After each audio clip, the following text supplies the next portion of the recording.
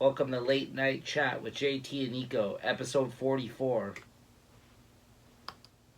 Welcome back, everybody. Welcome back. Welcome to another exciting episode. Late Night Chat. Look how excited I am. Yeah, Nico fucking yelled at me already. Again, how many should count how many fucking episodes out of 50 almost? Cheers, everyone. How many times you told me to fuck off? If you can know the number. Listen, you're all up in my personal space here tonight. You come so late like this. Really? Rather quite insulting. Oh, yeah? I know this show's called Late Night Chat, but... Yeah, let's just make it afternoon. No? You've been chilling all day. You've been good. You've been relaxed. Yeah. You know? I woke Nico up. I think that's what it is. No. To sit there. He was just sitting there relaxed, sitting there and fucking...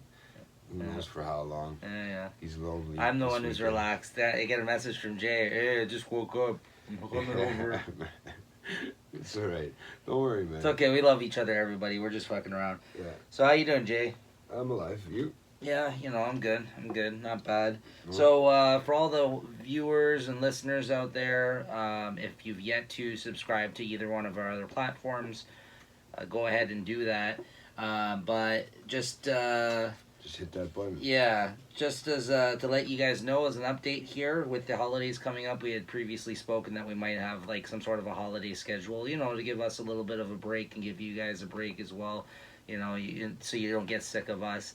And I get sick of myself. But it's the holidays. We want people to spend time with their family and do other things. So we feel that, like anything, we should be off that week as well. Yeah, because unfortunately we got to spend time with our families too. So it's always fun. That'll be interesting. Yeah. All right. So December 18th is going to be our last show of the year. It's going to be our last podcast, new episode that comes out. And then that'll be on the Wednesday, and then on the 19th, on the Thursday, the day after, will be our last YouTube episode of the year for that episode. And then the week after, Wednesday is actually Christmas this year, so on December 25th, there will be no new show that will go up. But all throughout that week, there's going to be no new content on the Late Night Chat Network. Weekly wine comic time, no trade talk. Throughout that whole week, you're just going to get drops.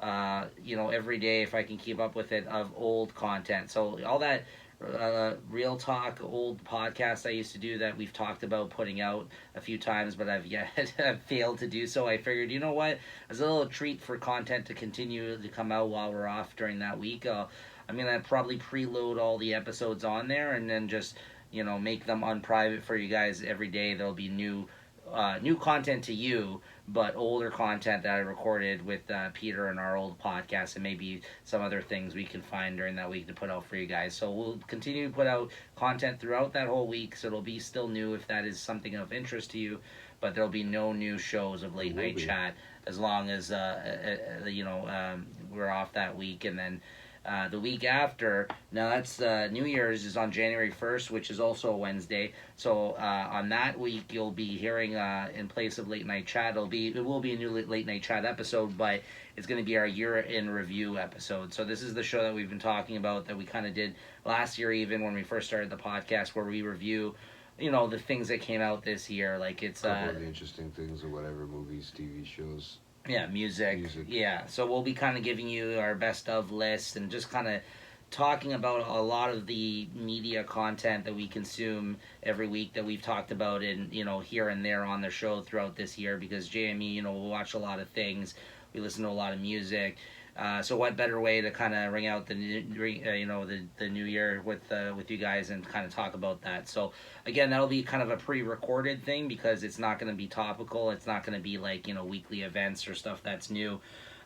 So we get a little bit of a break during that couple of weeks there, but then we're going to be planning for the new year, kind of our next moves. Something that kind of blew up in my face actually just before recording here today. We were kind of looking to see. I think that's why he's on a downer every day. No. I'm good. Right. I wish you would stop fucking saying that I'm upset, because I'm really not. I'm trying to do a show here. But anyways, we're just trying to look towards the future and try to see, if I want to continue to do this show with Jay, and what we're going to basically going to do, like to fix the setup. We were looking at maybe getting some new audio equipment and whatnot. So It'll give us a little bit of a break here and plan ahead during that break, and then like I said, you'll still get new content. So yeah, more excited than you expect. No, you'll get to hear it and you let us know what it's about, what you liked about it when it comes out. Nico will have it all rolling out nice and smooth. Yeah, so the week of Christmas, a bunch of old content that we used to do back in the day. Me and Peter has come on the show before. And then the week of New Year's, you get the year-end review episode. And then the week after that, back to your regular scheduled programming, like, you know, our regular late night chat episodes and videos. So even when we're off, we're going to be pre-recording towards, you know, the week following, right? So we don't get too much of a break, but a break nevertheless. And I'm looking forward to that. And Jay, I'm sure you will too, since you're going to be working up a storm all the way leading up to Christmas this year, right? Oh, it's already started, dude. It's hell, man. In retail for right now at this time of year, regardless of what you're doing, right? Right. It gets crazy, man. It's fucking, people are just nuts. I don't understand why people want to shop so fucking much. You see some of those. It's the time of the year. You see some of those crazy Black Friday shoppers, man, lined up, sleeping in the fucking places. Maybe not so much here, but I seen a bunch of stuff on the media and social media about all that, with all those fucking people going nuts. Yeah, too much for me. No. So much. I don't get into that. Oh, it's fucking nuts. I'd rather, I just start laughing. It's these people stomp over people. People die. People fucking. There's always some sort of.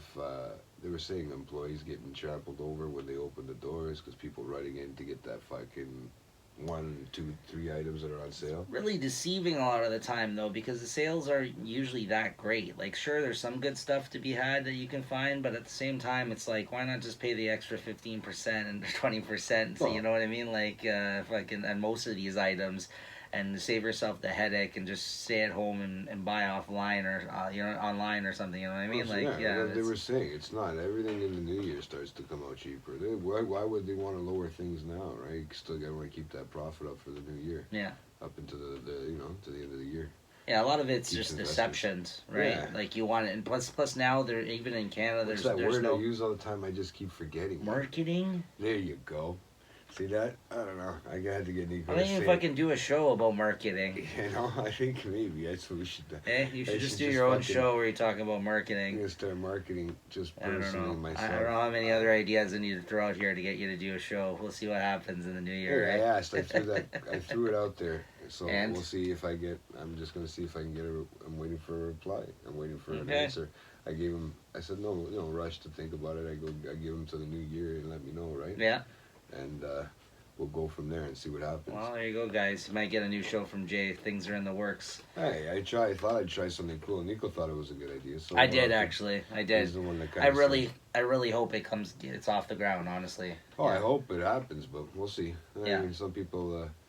Get a little bit weird when it's this. I told them we didn't have to record and we didn't have to do any video or anything like that. Yeah, no, sure. You know what I mean? It'd be funny to have video. Sorry, this is just something I had asked my old man if he wanted to do.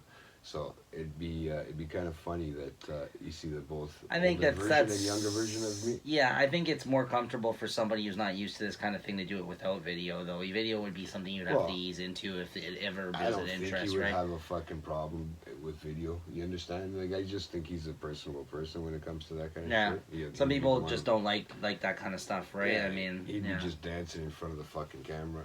You know him. Right? If you can remember. It has been a while probably since you've seen them, right? So it has been, yeah. Yeah. He's interested in all that kind of shit too. He's interested in comics. See, because I pointed the word out for you and now it's gonna mess me up all night. But yeah. So we'll see what happens. We'll see where it goes, man. I thought it was a good idea. Got me hyped up a little bit there and it took me a couple days to actually throw it out there to him because, I hate just throwing that kind of shit out there, but I do.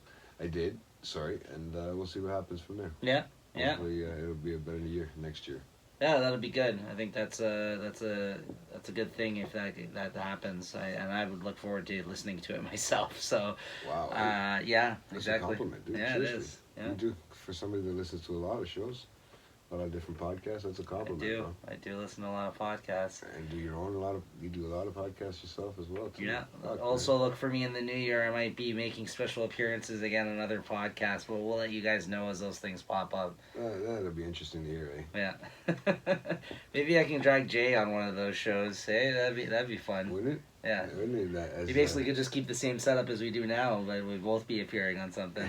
And just talk to him. Eh? Like, that'd be interesting. Eh? I don't know. Maybe I'll have to put that out there. Throw that out Yeah, there. See what happens. yeah. I don't know if between the three of you, when you guys were talking back in the day when I used to listen to those podcasts, when I listened to a couple of those podcasts there, they it doesn't sound like I'd mesh in pretty good with you guys.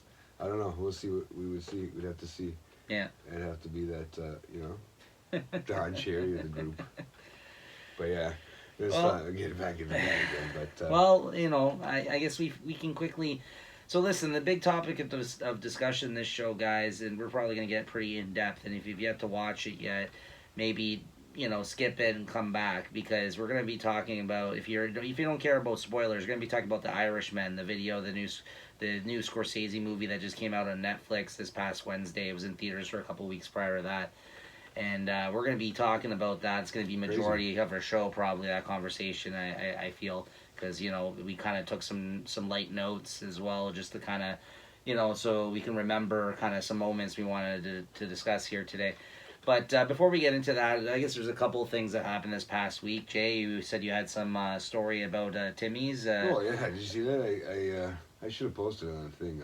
Maybe you can put it up before the show goes up then, on the cast. Yeah. Yeah, no, they... I don't know. It seems like everywhere Timmy's I go, I seem to make friends. The people that work there, I don't know. Oh, you are their number one customer. Yeah, okay.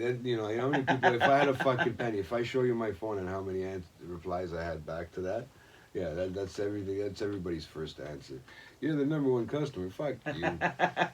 You know what? Can't you think that some people just like me? What the hell, man? No, so they give me a card, like an appreciation card. I don't know. I guess it was trying to be for Christmas and stuff like that, but nobody says Christmas anymore at any jobs, and so oh no, like you can't do that. Yeah, Happy holidays. Yeah, just appreciation and everything. They wanted to take a picture with me, but they kept it for themselves. I don't know if they wanted to rub it.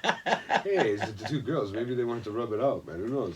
Should have busted in there like the fucking... They were all excited. I had just strolled in there. They must love you, bro. They must love you there at this fucking Tim Hortons. Well, I mean, I've always had my luck with them, right? Like, yeah, you're friendly with the Tim Hortons people, It's right? not like they're making the money, these people, right? They love you, though. They're just working. If anything, I'm giving them more work. This guy gives them a holiday card. That's hilarious. No, well, it's kind of weird, isn't it? It's pretty funny. For an actual... Did it say Tim Hortons on it, though? Was it like something... No. Oh, they actually just it. pitched in a card and actually gave it to you? Yeah, they it's wrote kind of on early in the year, though, for that, no? That's why I'm saying. I think it was just a thank you card, man. Okay. Because for what? Because I go there every night, man. Okay. I go there at night, right? There's this one place I go to, and it's roughly around the same time before they're closing, like around 8 o'clock. So. How is it when you go in there? Is it kind of like that Bop video reenactment where he's like, "Hey, Habibi," fucking Jay comes in there. Don't get me started, because I can start saying that. If I said that in there, I'd probably get. Could you ask them if you could do a Bop video in there? No, you see that? If I asked them, you know what? Everybody in there would start getting up if I went in and yelled Habibi. So I don't even tell you the area though. But yeah, man. So. Jay, you need to do that. You need to do a Bop video in there. Speaking of that, have you seen them? There's a bunch of them popping up. People are going now. crazy, man. Sports is fucking loving it too. Like basketball players, NFL players. Did you see the NFL? They were doing it too, man. That was a big thing. Well, they had it and then they had it playing after Tom Brady spoke on some video, and then they played it afterwards. Yeah. But it wasn't really him doing a Bop video. It was just like they played the song after. Or after he spoke. Yeah, that'd be hilarious. Oh man. No, but it was cool. Like the guy that showed that first video, he was actually in. He's actually the in the Habibi video. guy. Yeah, it looks like. He looks like. I saw him. Yeah. You want me to tell you who I think he looks like? Okay. He looks like DJ Khaled. With the fucking turban on. Yeah, he does. Yeah, kinda. Yeah, he's a big guy. He's a big dude. But he's got that same cut. He's got that same facial. You know what I mean? I'm not. Maybe it is DJ Khaled. Maybe it is, dude. Maybe he produced the track. I don't know. We don't know. We didn't look far. I'm just saying. He's not that good. Yeah, that's why he wants to do it. That's why Yeah. he's got this collabo. No, that's Fat Joe's got some collabo coming out with Eminem too. Does he really? Yeah, Fat Joe? Yeah, I can't fucking That's believe it. strange. I sent you the link. Really? I didn't see that. Just, yeah, he's dying for it to come out. There's one with him, Lil Wayne. I think. That sounds like a Khaled thing. That sounds like a Khaled thing. thing. It's on, I think, a DJ Khaled album. And his next one coming out. There's one coming. I don't even know if I can. That's a weird combo. There's a few people that want to collab. That sounds like a Khaled with thing him too, right? That does sound like a Khaled thing, though. Like, you know what I mean? Like, he's the only guy that throws weird people like that now together. Now he can throw the money around too, right? Well, his last album was a piece of shit, though. Yeah, but he made a lot of money from it, dude. He doesn't live in a fucking place like that for no reason. No, you're right. He's out there making money. I watched him doing his DJing and stuff like that. I mean, you know, people must think he's good, but I mean, really, he was just busting on the top of his head. I mean, he's not right, but I mean, I think I've seen better, right? But yeah, but that's cool. You got Timmy's appreciation card there. You know, I know how tight you are with them over there, so that's cool, man. I'm glad to hear that. My Timmy's, that's my family, man. Fuck, they feed me. That's my family. They feed me, man. Did you try that new Swiss roll they got there, the Christmas one? You did. I did try it. I like the Swiss rolls. The Timmy ones, not so much. No, they just fucking... It was just okay. It was like, you know, it was fine. I'd rather have like a little Debbie one. You know, I feel like they just took it out of one of those pre-wrapped ones and they just sprinkled some shit on top of it and that's it. Yeah, that's what they said. They're like hey, no frills. Habibi! And they fucking just rolled some bullshit up. For anybody who doesn't know, I'm not just trying to throw out the word Habibi. There's a DaBaby video where the guy says that. The reenactment of the Bop... Basically, the song Bop, we've talked about it on the show here before. DaBaby put out a challenge that people could do their own videos, like of dancing, doing like this bop dance, and like in there's a video where the guy says, "Hey, Habibi," to this dude who's like a snake charmer, and he's got the turban on. He's like literally doing blowing on the fucking thing. And his buddy comes out of the fucking.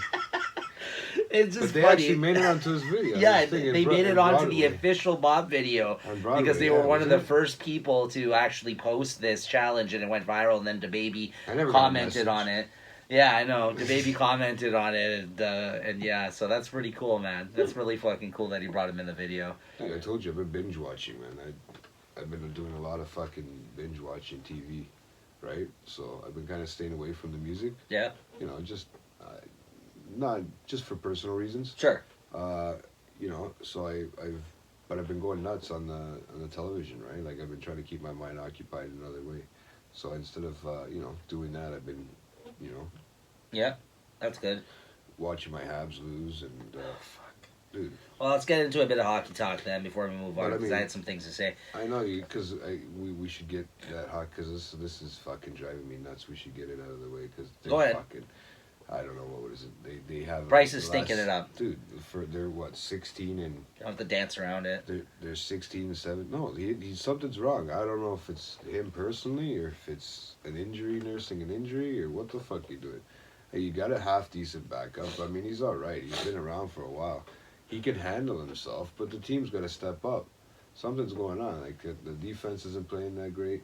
I mean, they're not a grade A team. They're not going to be your what is it, 52 games in the season or 82 games in the season, right? Something like that. Really. I think they're about. Well, I thought you said how many have they played so far? Because they're about 24 right now, right? 25, range. So yeah, I mean, really, they're not. But that's how many games there are in a season. Yeah, usually 84, I think, like that. Yeah, so they're not going to win. They're not going to go, 84-0. But I mean, they should be a little bit better than the 500. They've actually let your Leafs catch up in the last few games since. Well, as Babcock of tonight, fired, right? Since Babcock got fired, as of tonight, they just beat Buffalo. They've won 4 out of their last 5 games. After Buffalo kind of spanked them the other night when I watched. It was an early game at like 4 p.m. and they at least when it got broadcasted, and they won 6-4. And, they got the 6th goal on an empty netter when it was 5-4 and they pulled them, but they were struggling throughout. I mean, I wouldn't say it was necessarily third period. I watched the whole game, but it wasn't. They're playing catch up, man. Yeah, that's what I mean. It wasn't third period Leafs where they fucking just like let it go at the end. It was they actually got a goal that period to try to catch up and make it like a 1-point game, right? So like, That's what I mean. It wasn't that. The same formula that they've had going for them, where they get all their goals the first period and ride it out, kind of wasn't happening in this game against Buffalo. They got a good team, right? So Jack Eichel was all over them, like as expected. Like that kid's really good. And the interesting part is Jack Eichel, if you recall, was the one that was drafted behind Matthews. Yeah, I know. He was second that year. Back to Price. Yeah, I don't know what's going on, man, to be honest. What's there to say, really, else, though, I guess. Really, there isn't, man. There isn't much to say. It's the whole team. I mean, the team scores. They're still scoring, but they're just getting... They got spanked around for fucking at least 4 periods. 4 out of the last 8 periods, I'd say they have 3 or more goals against them. I know 4 for sure. Out of their last 8, they're what? Out of the last 10, they're 8-0-2. Oof. Right? So what the fuck is that, right? Yeah. I mean, they haven't 8-0-2, not 8-0-2, 0-8-2. No, I know what you meant. Yeah. I know what you meant. I was going to say, what the fuck happened there? Because that would be good if that was the case. Yeah, I know what you meant. So, no, but they've lost quite a few games, and it kind of sucks, man, because it's hard to watch, because they're not even exciting. It's almost like the team gives up, right? So it's been actually more interesting listening to the Leafs games, right, on TV. Well, yeah, just because this whole Babcock getting fired is kind of seems like reignited the team, or at least they're just trying to keep going off this momentum that people think, because there's been a big switch up, and hey, like I said, they've won 4 of the last 5 games since the firing, right? So that's and pretty. Think about it. They don't have even they're missing 1 player still too. Yeah. Right. I mean, Marner, once he comes back. Yeah. Then what happens? Yeah.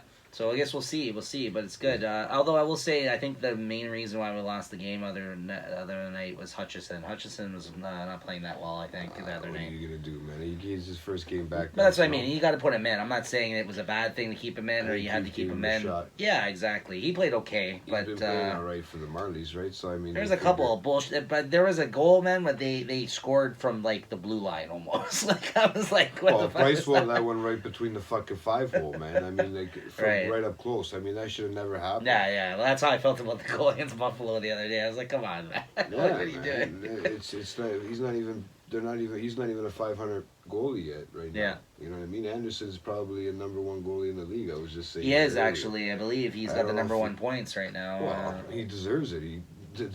They weren't expecting him to play 60 games. He looks like he's on board for 60 games. If he's not number 1, he's up there. He's one of the better goalies right now, actually. It's fucking ridiculous. It's funny because he's always been good. Well, we're going to say, though, it actually opens up the conversation to something larger I had forgotten that I actually just spoke with my buddy yesterday about when we were watching the game, is that goalies right now across the whole game, it seems like, are very inconsistent. Like right now, like the situation that we're in, there are some great goalies out there, guys, but it's almost as if they're having off years, a lot of them right now. Like, and a lot of the teams are splitting the difference, where you're seeing them at yeah. I was mentioning that, I think, in some earlier podcasts. Because it seems, it seems like it's generally like everybody seems like is struggling with goalies right now, and it's such a pivotal position. Yeah, they don't know what to do. They keep throwing.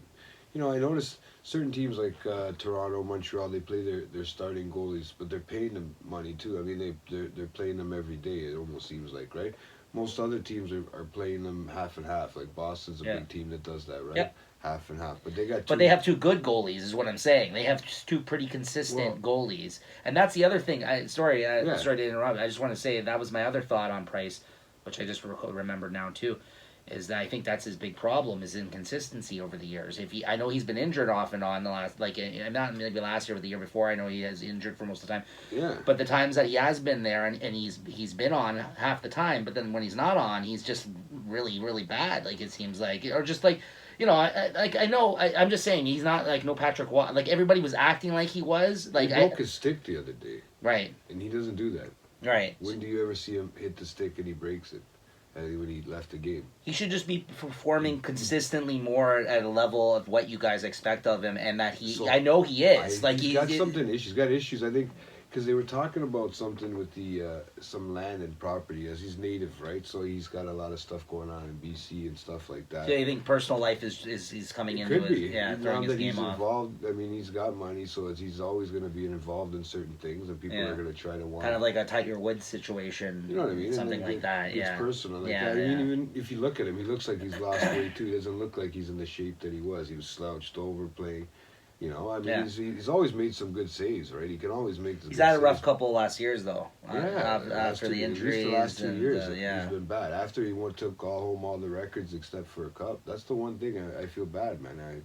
If he doesn't get himself a cup in his whole year career, is the career that he has. Now, how much longer is he signed to Montreal? I think this is last. I think he's got one more year on his Okay, contract. I don't want to scare you. No, I know. What do you think of a change of scenery would do for him, though? Well, we have good goalies, and we have good goalies coming up. We have a lot of young goalies. Primo is from Laval. There, he's really doing good. So, what would you think about a change of scenery for him? You think that would help? I don't know. They were talking about stuff. I've heard always these rumors about stuff. People picking up his last. You know what? That would actually help Montreal out so much with the money. I mean, $10 million they pay him, right? Yeah, they have money still. They have cap space. So this would help even more. $10 million for him right now, though. That's they have a lot of. They remember half the guys that they picked up were for nothing. The only was. No, I'm aware. I'm just saying that that's overpriced for him right now. Sorry, no pun meant there. What's going to happen is somebody's going to pay. They'll probably take up the last remaining. And then he's going to start becoming a phenom again or something, right? And that's what'll happen. Yeah. They'll end up winning. He'll go with a team that's got a number one already spot, and they know it's got it locked down. All they need is that goalie for that the cup, and you'll find it like let's say St. Louis. St. Louis, all they needed was that goalie, man, that young kid. Once they got him in that, I mean, they're a big team, but all they needed was really, somebody there to stop the puck. How about if Price became a Leafs goalie? Would you cheer for him then? I still like him as a goalie, but I wouldn't cheer for him, honestly. I'm still going to cheer for my team. No, I don't want Price anyways. I'm just saying. It was just hypothetically. I mean, he can become your backup, dude. No, we can't afford him. He can become your backup. We can't afford him. It's going to cost you $2 million, maybe. Yeah. Man. After this season, yeah, maybe. No, it'll cost you nothing. People are gonna want to get rid of him. Oh, don't want him. It's been in talks, right? You can hear it. You know that they're going to talk about it, right? It's coming up to that time, right? But yeah, so. Yeah, sorry to say now. What a weird kind of change up within the last couple of weeks. You were kind of sorry to say, bro. Your team's doing shit now. 2 weeks later, it's just like look what happened, right? Yeah. We go on a losing streak, you go on a winning streak, and they catch up. That's it. It's true. I mean, like we said about Buffalo. You said, "Oh yeah, just because they're having a bad week." Remember when I told you because that's true. The hockey pool That's picks? true. Yeah, they're not. No, you're right. It's they're still early, guys. guys. Have an off week, man. Yeah, we're still early. We're only just maybe over a third of the. We haven't hit Christmas break yet. Not even. So, yeah, exactly. But yeah, you know what? One thing we didn't mention is that we didn't thank our guest from last week that came on. Holy fuck! Yeah, how could we have gone this far into the episode and forgotten? You know what? Sorry. I think we were in that little bit of a that mood as soon as we started. We were both mood, we were both just starting to get our fucking momentum going. Yeah, we just walked in on each other. So that's why I was trying to stir some momentum with you, right? So. But we forgot to say thanks to Adrian for showing up last week and coming on. Like I said, I had a great weekend there. I mean, it turned out great, man. I told you what happened that day, right? I told you the next day what he ended up fucking doing. Well, to give some context to the photo that we posted along with the show, Jay, if you want to get into it, that photo that came on as the show picture, that one there is the following day. I decided we're going to sit it back in his place and watch the game. We decided we're watching the game. I'm in mid-conversation with the guy, okay? Mid-conversation, like about now. Me and Nico been talking for about fucking an hour almost already. Mid-conversation, he falls asleep on me. I'm literally talking to him, and he passes out. I mean, we had a bunch of edibles. We ate a bunch of edibles, so it was interesting, right? It was I don't really get to chill out there with anybody and watch the game and sit back and watch the game there, right? Yeah. So it was cool. He spent the whole weekend there. It was good. Yeah, it was cool for him to stop by and do that and hang out with you afterwards. Well, sure. I mean, like I said, at least he didn't fall asleep on the podcast. That would have been. Well, yeah, exactly. He beat me back to the house, right? And then when he got back, he had brought his car down, but he had beaten me back. So when he was there, he was already crashed out by the time. But we both got up at the same time. next morning. It And was then the early following morning, day, right? fucking passed out mid-conversation, eh? Like That was fucking hilarious, man. I know I have a soothing voice, apparently. But he said, yeah. He goes, I don't know what it is. He goes, about your voice. He goes, it just helps me fall asleep. I said, thanks, bro. I hope I'm helping everybody out there fall asleep while they listen to this. Maybe that's what happens. Maybe that's why we get minutes. Maybe they just start listening and they hear my mumble and all of a sudden they're dulcet tones. Cold, man, right? But yeah, thanks again to Adrian for coming on. That was a long time in the making. I know we fucking talked about it for a while before he was actually able to kidnap you and bring you on like you did. Yeah, I threw Nico just right in the woods there, man. I was fire, right? Guys, like I trial by fire. Yeah, I didn't really know what was happening. Like I wasn't even prepared for him to come on or anything. So if you feel that the conversation was halfway decent, then good on us, because that was not planned for. That was very last minute what we kind of did and we put together. And you know what? From what I listened to, it actually turned out pretty good. I think it was a good conversation that we all had there. We had some moments and it was interesting. Yeah. But no, like I said, I think it was his first time doing it, right? So I mean, he was a little camera shy, I think, and a little bit.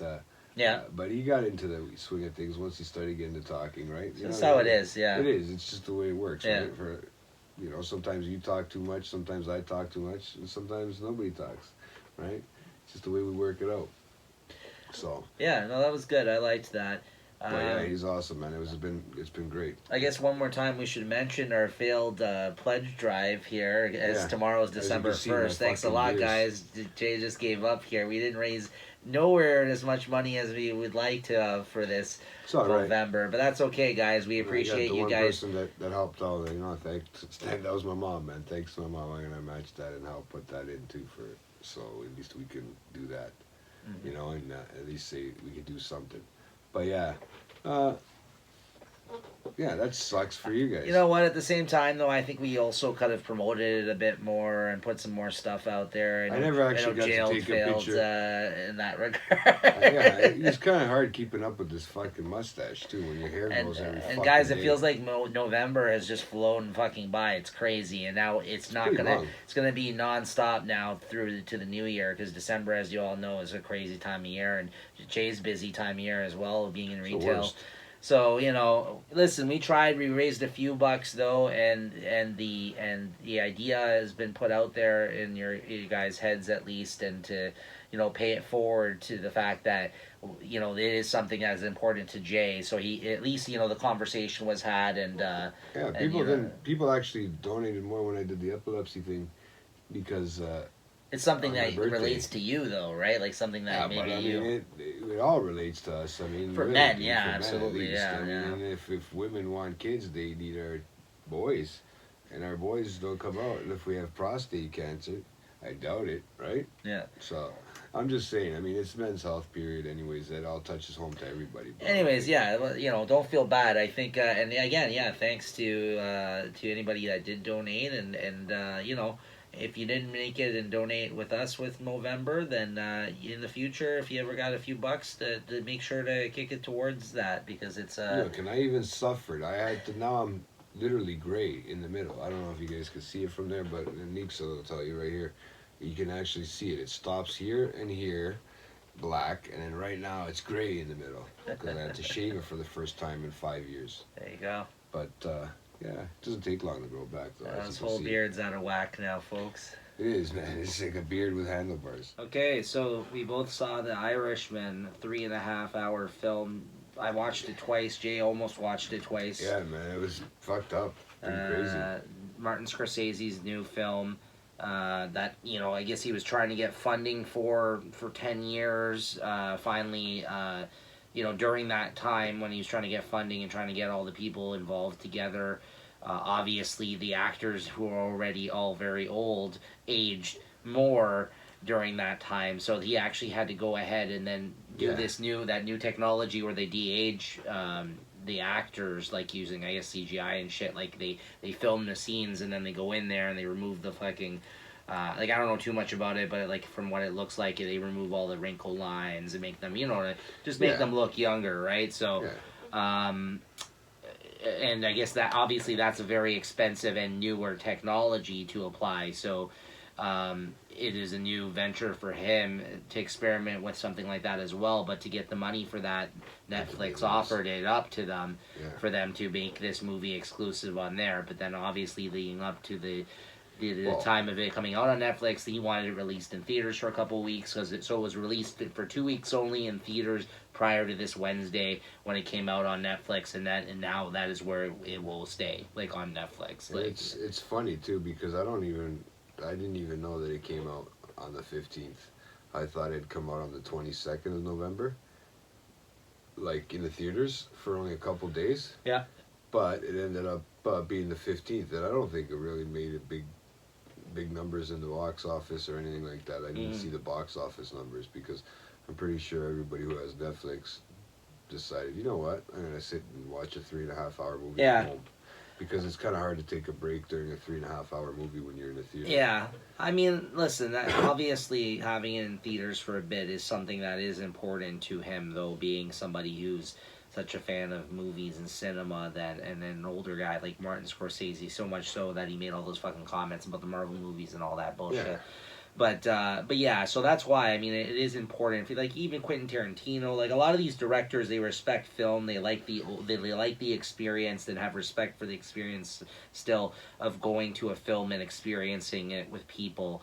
And there's nothing else like that. They're not wrong. No. Like experiencing something like that in the theater is the ideal way to watch a movie, but for a lot of people that don't have a lot of time to go to the theaters, or don't want to fucking pay for some of the outrageous pricing at theaters, or that just want to be comfortable in their own home. This is the new way of the world now, right? So like that's why. So like, and like you said, like obviously more people are going to check it out on Netflix than he made probably in that 2 weeks, but that's okay, because Netflix is the one that funded a lot of this film, so they had the rights to money, exactly. So that's the thing too, is that people, a lot of people spend a lot of money on their home theater systems and stuff like that too now. So it's almost like being there, except for having that huge screen, right? I did see some interviews after I watched the movie too. I just had them on, like some YouTube videos where they interviewed De Niro and Pacino and Scorsese and different people.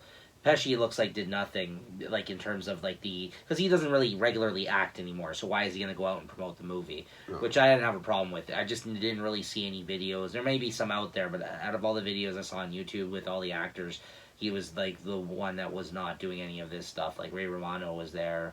It's so funny, because he was the one that was probably in it the most. Oh yeah, huge character. But you got to remember, he came out of retirement for this. He doesn't act regularly anymore. So like for him to do this, we'll get into all that in a moment. I just kind of wanted to give some other shit about like the movie in general. See how many different people are in there too. There's so many different actors. And actually, that being said, I'm gonna pull up the IMDb on this. Because I want to give credit where credit's due to some of these actors, because it's just some great performances in this. I mean, I knew everybody from something or other, but to know their names, I don't know all of their names, right? So you see Russell's son, who Russell's son was. Yep. Our buddy from Breaking Bad. Yeah. I was wondering if you noticed that. That was one of those little hidden gems there. That was great. You know, he didn't do much. He wasn't in it a lot, but I have a feeling that had to be filmed during the time he was doing the El Camino movie, I would think. Yeah, probably. You know, it would have probably had to do around that same period. Yeah. I forget his name. His name's Chuck. His name's Jesse. His name is Chucky in the movie, but Chucky O'Brien or whatever his name is. Okay, so what's his name's son? So never mind. When I heard them talking about it in the interviews, though, he, they said, this is something that they wanted to do. And when him and De Niro were batting around ideas about what they wanted to do, it came up that De Niro got a hold of this book that was called So I Hear You Paint Houses. Yeah, that was... Which is kind of, in the intro, they kind of put up all the letters, like in big bold letters, too, after... I thought it was like a chapter thing, but it never ended up turning out to be that. Yeah. And the book is, with De Niro's character, apparently had told the dude that wrote the book all of these stories. Yeah. So that's essentially who I guess you as the viewer, because it wasn't really explained, have to assume that that's who he's talking talking to throughout the whole movie, like when he's sitting in the old folks' home, because he wasn't talking to the cops and he wasn't talking to the fucking priest about that, but he was retelling his story. So that Sheeran dude, Frank Sheeran, he's the one that gave all these stories to the guy who wrote the book, So I Hear You Paint Houses. Yeah, which is he still alive to this day? I tried looking that up, and I didn't see that. Think so. I don't know for a fact. I didn't check though. I just wouldn't think so. Because he was in a nursing home when he was in like the 90s. So I don't know if he's still alive, but he is the one that I guess this is a big storyline. Like for the time, this is during that whole Watergate scandal, that whole everything. I mean, I didn't realize how crazy. I mean, if you really want, but how crazy that whole time was with the unions, with the Teamsters, with all. I didn't realize how serious of a. Like, I knew there was always a story behind that.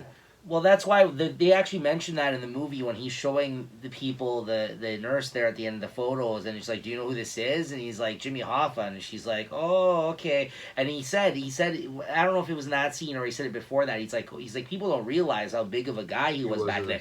And they said all people know is like something about his body going missing, and that is true. That's all I know. That's all I knew about Jimmy Hoffa prior to this movie was that he just it's the famous disappearance act of his body. No one knew where he went. But it was like one of those murders that went unsolved, and that was a big deal at the time. And obviously the mob was connected. If you watch this movie, I mean, this is the alleged thing that occurred according to Frank Sheeran. This is what Frank Sheeran said. This is the Irishman. He's the one who told the author of that book that this is what happened to Jimmy Hoffa. So implicating himself, not implicating himself. It was just a big whether thing. or not that is what happened, but who else are we to believe? Everyone else is dead, right? Because he says a story, he could be telling a story. That's true. You know what I mean? That's true. And then the only way I could tell you is that I heard that in the Hoffa movie, the movie Hoffa, it shows how he died a little different, right? Apparently, he supposedly had died a little different than in this movie. But that's what I mean. This is Frank Sheeran's version of what happened. Yeah. I mean, it could be taking 15 minutes of fame. Yeah, but Frank Sheeran was played by Robert De Niro in this. He was Frank. He was an Irishman. Yeah. Yeah, came over. And the reason they call it, So I Heard You Paint Houses, or the book was called that, is because painting houses, I guess, apparently is shooting, being a hitman, essentially. Killing people, because there's actually a pretty cool scene at the start where you see him shoot the guy in the head and the blood splatters on the wall. Yeah. And that's painting houses, right? Yeah. So like... Because I was looking, I'm going, what the fuck does this mean? Yeah. So I paint houses, and then all of a sudden, boom. Okay. And that is actually the first line that Jimmy Hoffa, Al Pacino, says to him on the phone when they get introduced over the phone. Yeah. He's like, "So, I hear you paint houses." Yeah. And he's like, "Yeah, I also do my own carpentry." That was good, man. Anyways, let's get into the movie now. I just wanted to give you guys like a little bit of lead up, kind of the history on this from what I've learned this past week watching this film. Anyways, I loved it. I thought it was awesome. I loved it. I didn't blink, man. I didn't even blink. I mean, I told you, I have my Netflix on my phone, so I unfortunately I can't hook it up to another, unless I'm streaming it onto unless I'm screen mirroring it onto something. Right. I had to watch it on my phone. It was okay. It worked out because I do tend to smoke a lot, so I sat in the car. But I had Horseshack sit with me and watch it. Oh, nice. And you know what? That guy was telling me the story as it was going along. He was rooting the movie for me. Because he lived through all those events, obviously, right? Yeah. He has, you have books, but he has books on just mob stuff. About the mafia, and you wouldn't think that he reads. Just now he can't because he can't see anymore. Right. It's the vision for reading. But he knows his shit. But fuck, does he know his shit, man? Like, he was saying everything. He was naming the people's names. He was naming the mobsters' names. He was naming how they got shot. How they were killed. Which was something that they actually did in the movie. They slowly, throughout the movie, you'd get introduced to a new character, and it was kind of a cool little mechanism. You'd see, like, on their head, there'd be, like, so-and-so shot in 1980. And then, like, there was a period of time, the late 70s, early 80s, where a lot of these guys got taken out. Which they never really explained, like, what it was. They didn't get into detail, no. So, like, I at first I thought that the story was going to take a turn, and then you're going to find out that this hitman that we've been following this whole time is the reason a lot of these guys got killed. And maybe that is what happened, but they just kind of, like, because it's weird that it's within, like, a couple of year period that all that started to happen. Like, it was late 70s. Ratted out. No, I know, Yeah. and listen, they're in a dangerous game. Government. These mobsters, like, eventually, you know, like you said, people start getting ratted out. It's almost like Goodfellas, because in Goodfellas is the same shit. As soon as people, De Niro got really paranoid and thought everyone was going to rat him out after they pulled off that big heist, everyone started getting killed towards the end of that movie. And then FBI and DEA, those guys, you know, I still believe back in the day they had their own sort of way of getting rid of these people. Sure. You know, they had easier than fucking put them through all Instead that. of putting them through trial, they figured they didn't deserve to be, the taxpayers didn't need to. You know, sometimes I almost feel like that's a good thing, because the taxpayers didn't need to pay for the lawyers and the law and all that, like the prosecuting. Half these guys would have got off if they weren't, you know what I mean? There was no actual physical evidence in a lot of these cases, right? Mm-hmm. But yeah, I mean, it was really good, and I loved how it started off, just so calm. It's so weird because, believe it or not, do you think that it was weird watching these guys that are in their 70s? It wasn't it. So I'm see gonna some get of the into motions, that, that they would do. That's where they lost me. So like one scene in particular that stuck out like a sore fucking thumb and just looked bad was when De Niro went and beat up the guy for pushing his daughter. It looked really fucking like weird. An old man. Because guess what? You can change the way they look, but you can't change the way an old man moves, my friend. Yeah, that's what I mean. His hand like He went to stomp on his hand, and it looked really fucking weird. Yeah, I was like, fake. It felt like it was all green screened almost. It felt like. It just I still believe, since they use CGI, I think I'm glad you brought that up, because I was just like, I hope Jay realized that part too, because I'm like, that's crazy. The only part that looked good was when he stomped on his hand. That's the only part I even can the get stomp good looked like weird to me. Throwing him out, going in there freaking out, that's him. But when he got out there, I wish I could stand up right now and do an imitation. Yeah, it was bad, guys. It was bad. It looked cheesy, and that's almost halfway through. That's almost an hour. But the shitty part about it is that's such an important part. And like the fact that it looked that bad. Even the part when he went into the restaurant and capped the guy, there were some movements that occurred during that where he kind of didn't react like as fast as and don't get me wrong. I mean, Scorsese said that the reason they wanted to pick this project was because like they're at a point in their lives and they've already did all these other gangster type movies together where they wanted to show an aging hitman. They wanted to show you an aging hitman going through this shit. So, like, it kind of helped in a way that they are old at this point, because at certain points of the movie, they were just themselves, like the way they looked, right? Like, there was certain points, like the way the movie opened up and towards the end, except for the very end where they fucking age them even more, like when they're all in the hospital and jail together. That was like, they really fucking looked really old there. But they're like, this will be a couple years from now. Yeah, I mean, really, but the scene that was at the start when they're doing the trip in the car, like that was all them as far as I'm concerned. Like that was how old they are right now. When they were just. Pesci hasn't held up that very well, but you're right. He's not acting. Maybe, but the scenes, there was a couple of different scenes where it looked weird. Yeah, the movements. I noticed that. I didn't think you would notice that. Yeah. But you did, and that was the cool part about it, because I was gonna ask you that question, and I was gonna say it just at certain parts, because they bounced around a lot. Yeah. If you notice, they go back from when they're younger to they're older. They're bouncing around, so they're not really throwing any years in or time frames. Right. So it does. You really got to watch, because they look so similar. Yeah. Besides their hair color, even the tints of gray. Yeah. They still have it when they're in the young, because it's just there. You naturally can't cover that up. Another thing I noticed that you could really tell, at least for like the face, like don't get me wrong, at first, like the opening scene when you see De Niro and he's young, like with his hat and his jacket, when he's like the worker man, like the guy delivering the meat, looked weird right off the bat. Then after a while, it got used to it. I was like, okay. This is actually, they're doing a good job. 30, 40 that's what I mean. They actually did a really good job for the most part. But every now and then, another thing I noticed too was the eyes.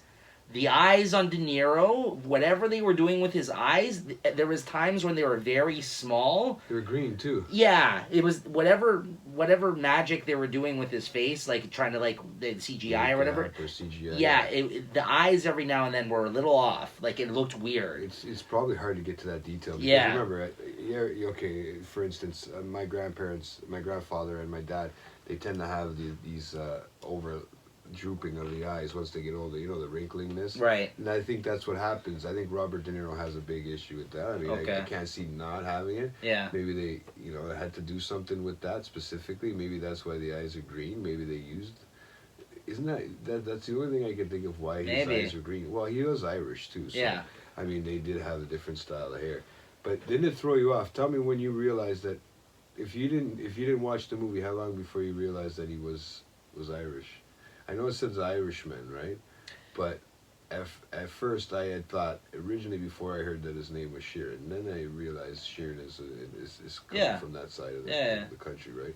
But I mean, he spoke Italian perfectly. That part was great. Nobody asks him that. I know. That's where I learned. That's where that was a great scene. Joe Pesci and him sit down together when they're first getting to know each other in the restaurant, and they're sitting there with their bread and their wine, and they're dipping it in the wine and eating it. The fucking and they're speaking Italian to each other, and they both know Italian because they're Italian. So it's just you just get this scene of Joe Pesci and him speaking in Italian, and he talks about when he was in the war. This guy spent over almost 2 years in combat. He spent 400 and something days in combat, he says, the Frank Sheeran guy. 411 days. Yeah, and then 100 something else. 121 or 122. Right, and 4 years in the war total, but almost like 2 years worth in combat, which is fucking crazy. Because he's like, how does an Irisher like you learn to speak Italian? Yeah, and he's like, I was in Italy in the war. Yeah. I had to start reading subtitles. I mean, don't get me wrong. I understood a little. Oh, it was a great scene. But every now and then he would break it up and start speaking English, De Niro. Like he would say a little bit, and he's like,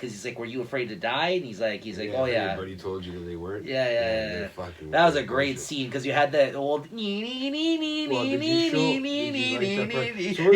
in the background. But I mean, before, like this is during that first meeting between him when this is Russell. Before he jumped. Russell is Joe Pesci's character. When Frank Robert De Niro meets Joe Pesci's character, Russell which is Russell Buffalino, right? Which is part of one of the main top guys. Character. Yeah, he's an organized crime boss for a certain area in New York, and he runs a certain spot. But he ran that whole highway, that whole stretch of highway. And Frank met him when he had a problem with his car. He pulled over at the gas station.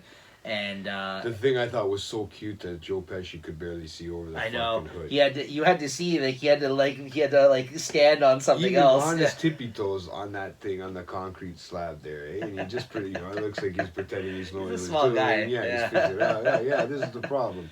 So Joe Pesci in this movie though killed it. Yeah. Honestly, like out of everybody, guys, like I was gonna say, my favorite moments in the film were with Al Pacino because I love Al Pacino, but and his character was just really fucking awesome. Yeah. But Joe Pesci, for somebody who doesn't act regularly anymore, this was a way different Joe Pesci we've seen in any of Scorsese's films. Yeah. He was very calm, cool, and collected throughout the whole thing. Because usually he was the hothead in all those other films. He was the one showing. And the one talking shit. No, but that's what I mean. In this one, even though he wasn't at the top, but he was an important guy. Yeah. And in the other movies, but he was trying to make his way to be an important dude. Like, you know what I mean? Like, he was more of, like, one of the underlings, but, like, trying to get into the mob or working for the mob, but trying to, like, get to the top.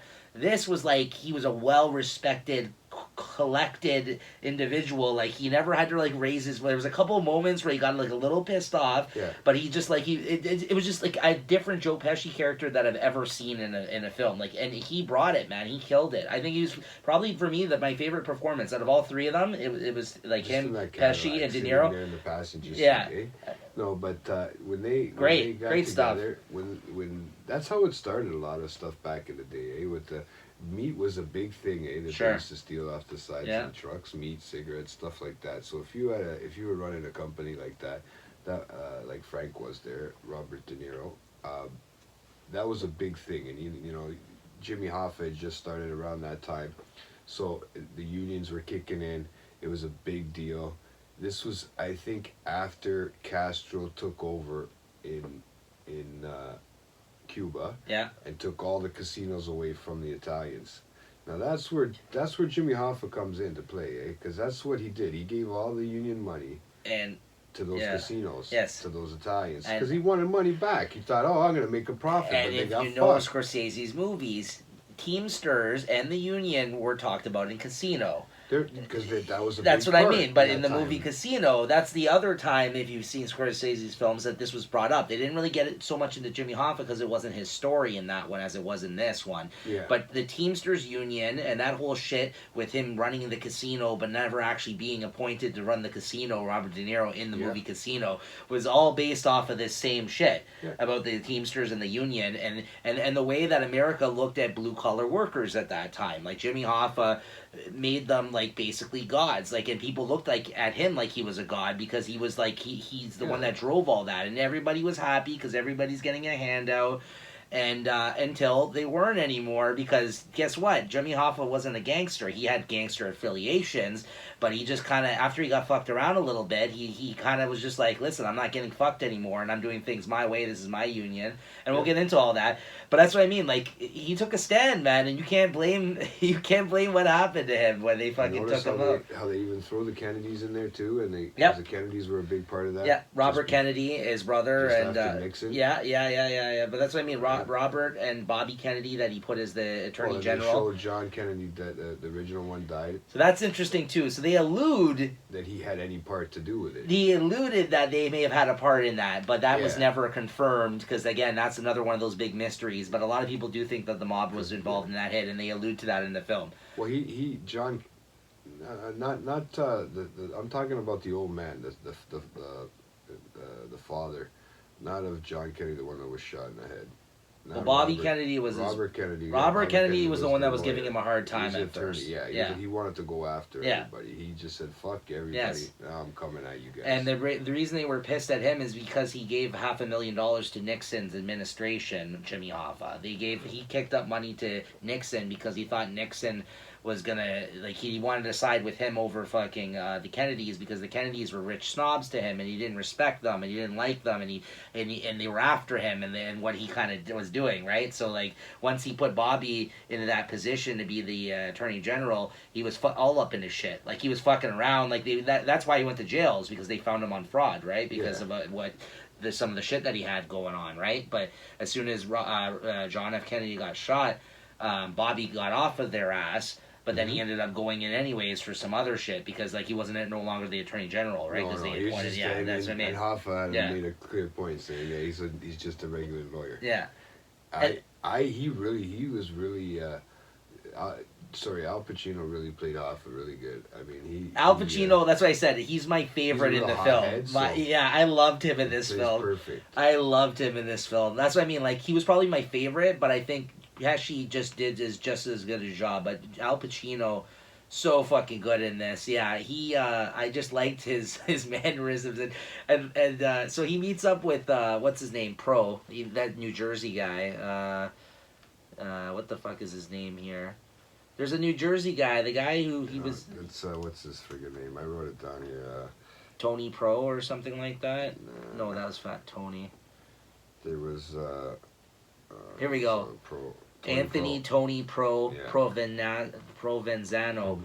Okay, so that's played by Stephen Graham. Now, Stephen Graham, if you guys watch Boardwalk Empire, he played Al Capone on Boardwalk Empire. I fucking loved him as Al Capone in Boardwalk Empire. So as soon as I seen him show up in this, I was like, oh, that's awesome. Again, he's another really small guy. Yeah. This guy was, I guess, one of the other dudes that was in competition to being the top union guy with Jimmy Hoffa.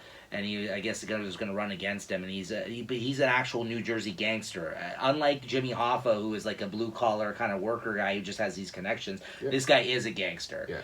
So he just didn't agree with him. He hated him. He hated how he did things. He fucking was always at odds with this guy, right?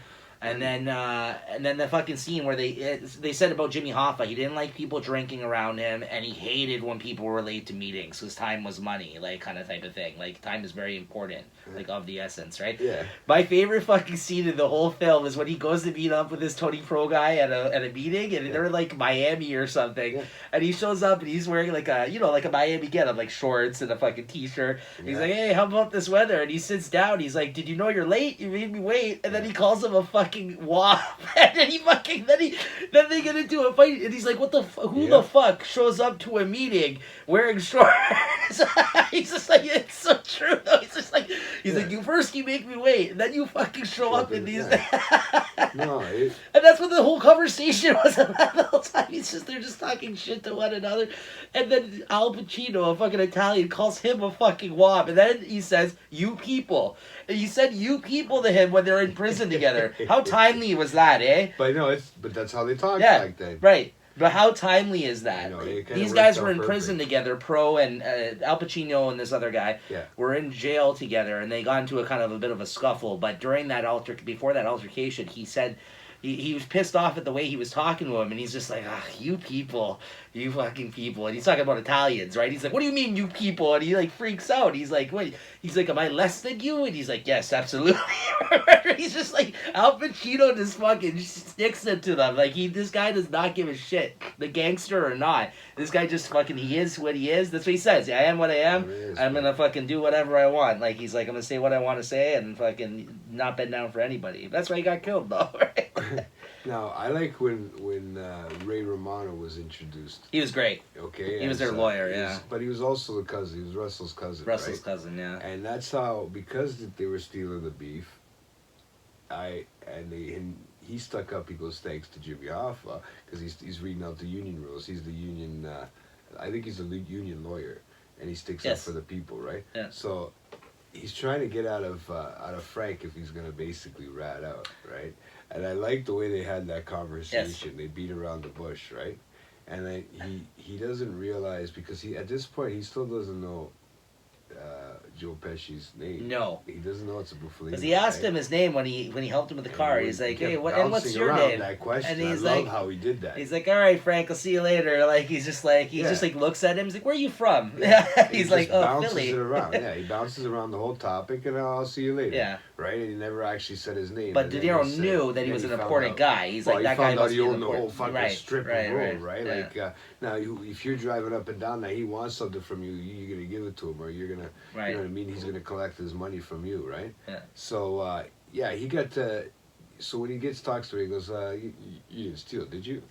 And he's like, he's looking at him like, you know, you gonna tell me or not? He goes, well, you know, if you did steal, I don't care. He goes, I'm still gonna defend you. So then he's like, well, he goes, you know what? When I'm not stealing from them, I work hard. And he's like, good. That's all. No, the thing that sealed the deal and got Ray Romano to be like, okay, I can introduce this guy to Russell. Like I can, is because he's like, listen, they're gonna want names from you. Are you ready to give names? And he's like, no. And he's like, good.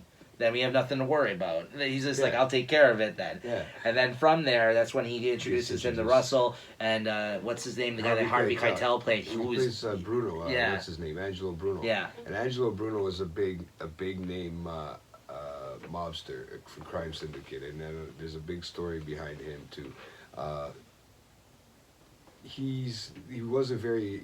They knew they ran a lot of stuff through him.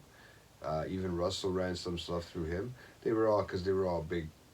They were like the made men. So those were the guys that would connect. Those were the guys. Everything had to run through them. At this point in the film, when you got introduced to Russell, the only person that seems to be higher than Russell is Bruno, because he kind of seems like. He doesn't even say any really thing in the movie. He doesn't say much. Harvey Keitel. Yeah, he has a few little lines, but that's it. He's just there for. And I was like, when I first seen him, I'm like, I love Harvey Keitel. Yeah. And I'm looking at him. I'm going, is that him for real? Yeah.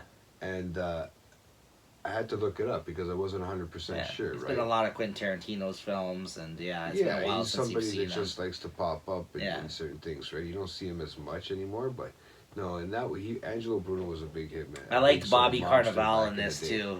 Right? The Skinny Razor, Bobby Carnival. Yeah, but that's the one we wanted to meet. Yeah, he's great. I mean, again, he was in Boardwalk, guys. He was in. They did a season. This is why he almost looks like Ray. Remember in Everybody Loves Raymond? He almost looks like the brother. Yeah, kind of. You know, he has that dorky bit. Yeah. He's always great when he pops up, like Bobby Cannavale. Like the reason that like Scorsese knows him and Romano is that they did a show that got canceled after its first season on HBO called Vinyl. I loved it. It was a show about like the record business back then, and Scorsese did the pilot episode, the first episode for Vinyl, and he got to work with a lot of these guys and meet them, and that's where Ray Romano got on his radar. And Ray Romano did a great job, I will say, throughout this. But I wished he was in it more. For all the press he's been doing, I thought he was going to be in it more, but he wasn't. So I was a little disappointed. Like he was in it enough, and like you said, he was in a lot of the scenes. But he didn't have a lot of like lines. It seemed like a lot of them were just kind of kicking around. Obviously, this is a movie about Jimmy Hoffa, right? But I think he was also in there more for a different crowd to bring in a different type of viewer because he is younger than the other groups of guys, right? Yep. So maybe it was to bring. Oh, he was great. Don't get me wrong. He was great. His character was perfect. He was great. He was just I'm surprised. He was just a funny. Lawyer that just the way he said things, the way he beat around the bush around questions and certain things and everything, right? He was just a good guy, and I thought it was funny. But I mean, the way they even touched, they beat around topics, like I said too. They do that a lot in this movie with how they're saying how Russell had John Kennedy had helped get what's his name elected. He helps John Kennedy get elected. Yeah. Okay? But then he puts Robert as their thing, which really fucked him over, right? And that's what he didn't want, right? Yep. He didn't think it was gonna he didn't honestly think it was gonna fuck him over. Yeah, but then once the son there got the power trip, Robert there got the power trip. Then it got a little bit out of hand. He was going after Hoffa. Right. And then when Hoffa ended up going to prison for 5 years, or school as they referred it to, when he ended up going in for 5 years as a result of the fraud. A lot of money, bro. He gave up. Yes. Especially back then. Yeah, he had he still had over $1 million in fucking like not loans, severance or some shit. Like what was it that he had like using people's pensions? No, but pension. He had over $1 million of his pension money still when he went into jail that he held on to. But the other guy, the pro dude, he lost his money when he was in there, and that's the whole reason they got into it. And this guy wasn't willing to give it up because he hated this fucking pro kid, and the fact that they ended up in the same prison was problematic.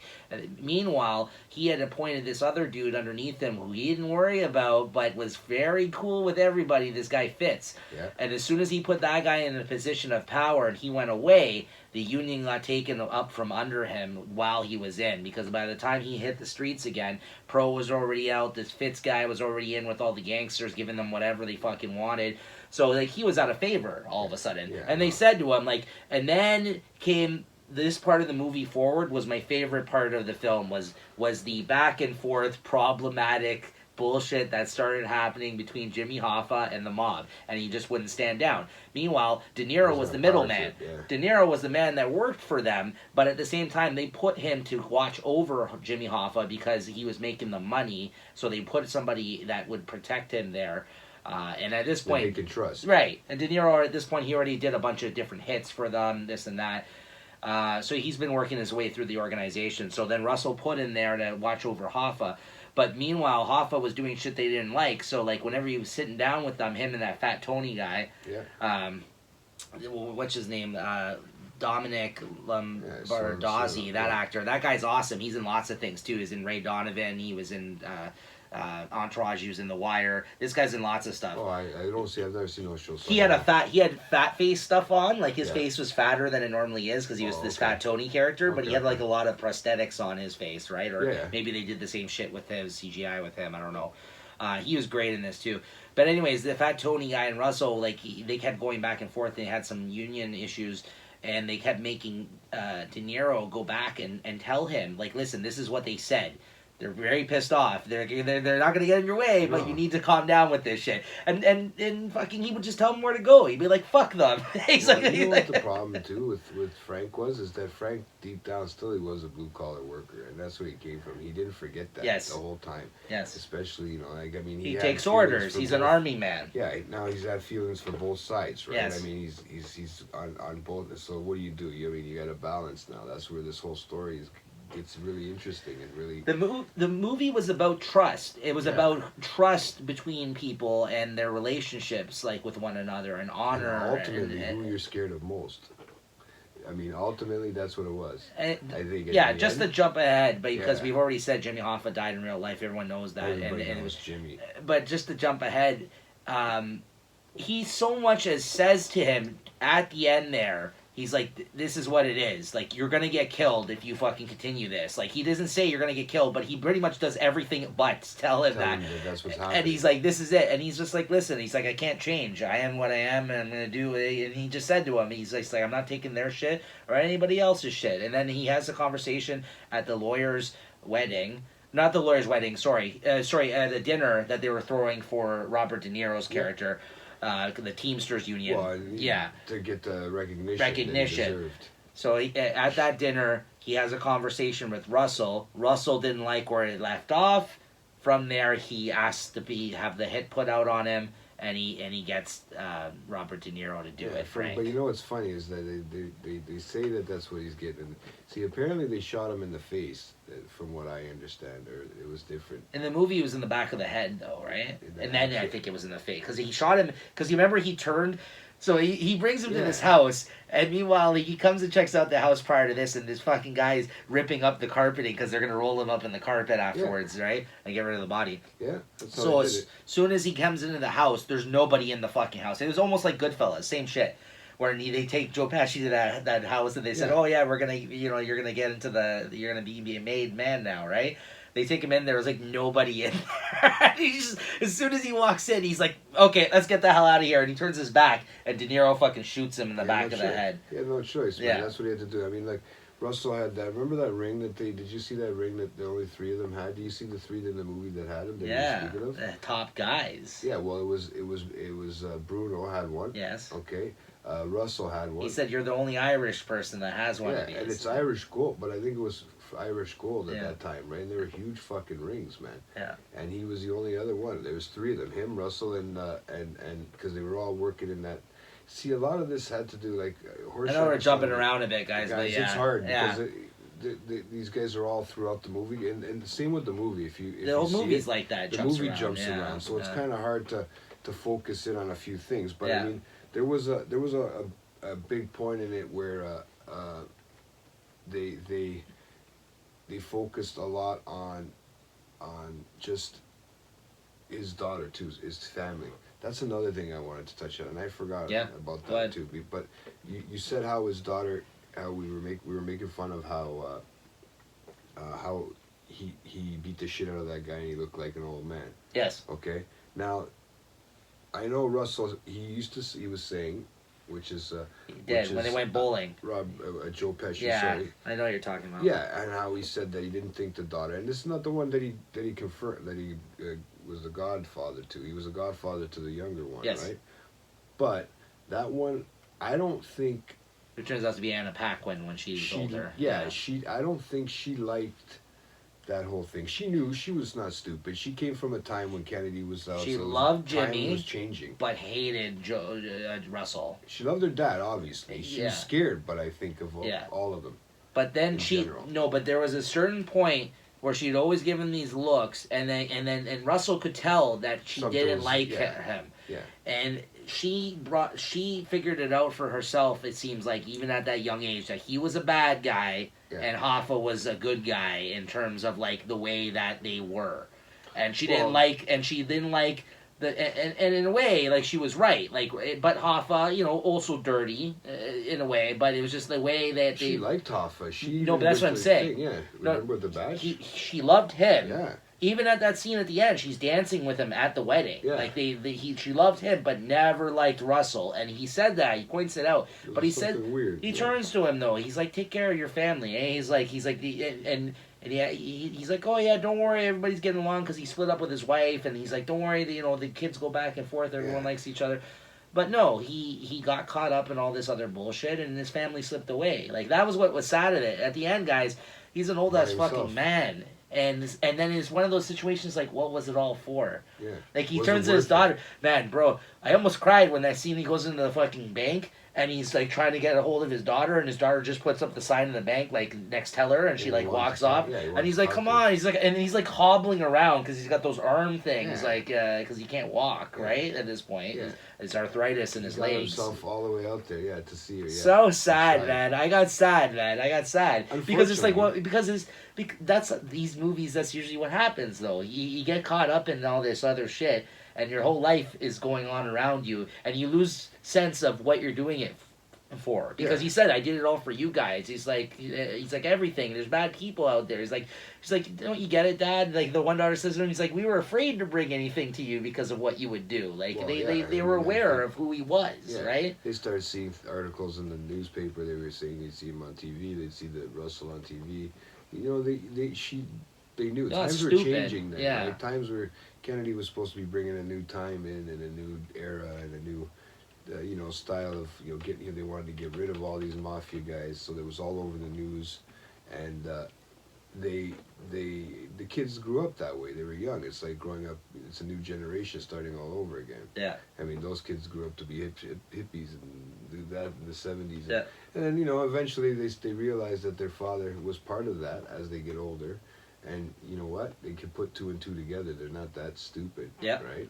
So I think that's what happened, because literally you die alone, man. And I think that was the moral of the story. It doesn't matter how much trust you have in people and how many people are there for you and how many everything. We all die alone, bro. Regardless if there's people standing around us, it's a one-way ticket, man. It's a one seat. You know what I mean? So I mean, it was a pretty somber note to go out on. Like it was really sad at the end, because like the end scene is basically the priest that just visited Frank leaves the room, and he's like, well, Frank, I'll see you after the holidays. And he's like, what are you talking about? He's like, is Christmas close? And he's like, almost. And he's like, well, I'm not going anywhere. And he just sits there, and the priest leaves. He's like, he says to the priest, can you please like leave the door open just ajar like a little bit, right? And he leaves.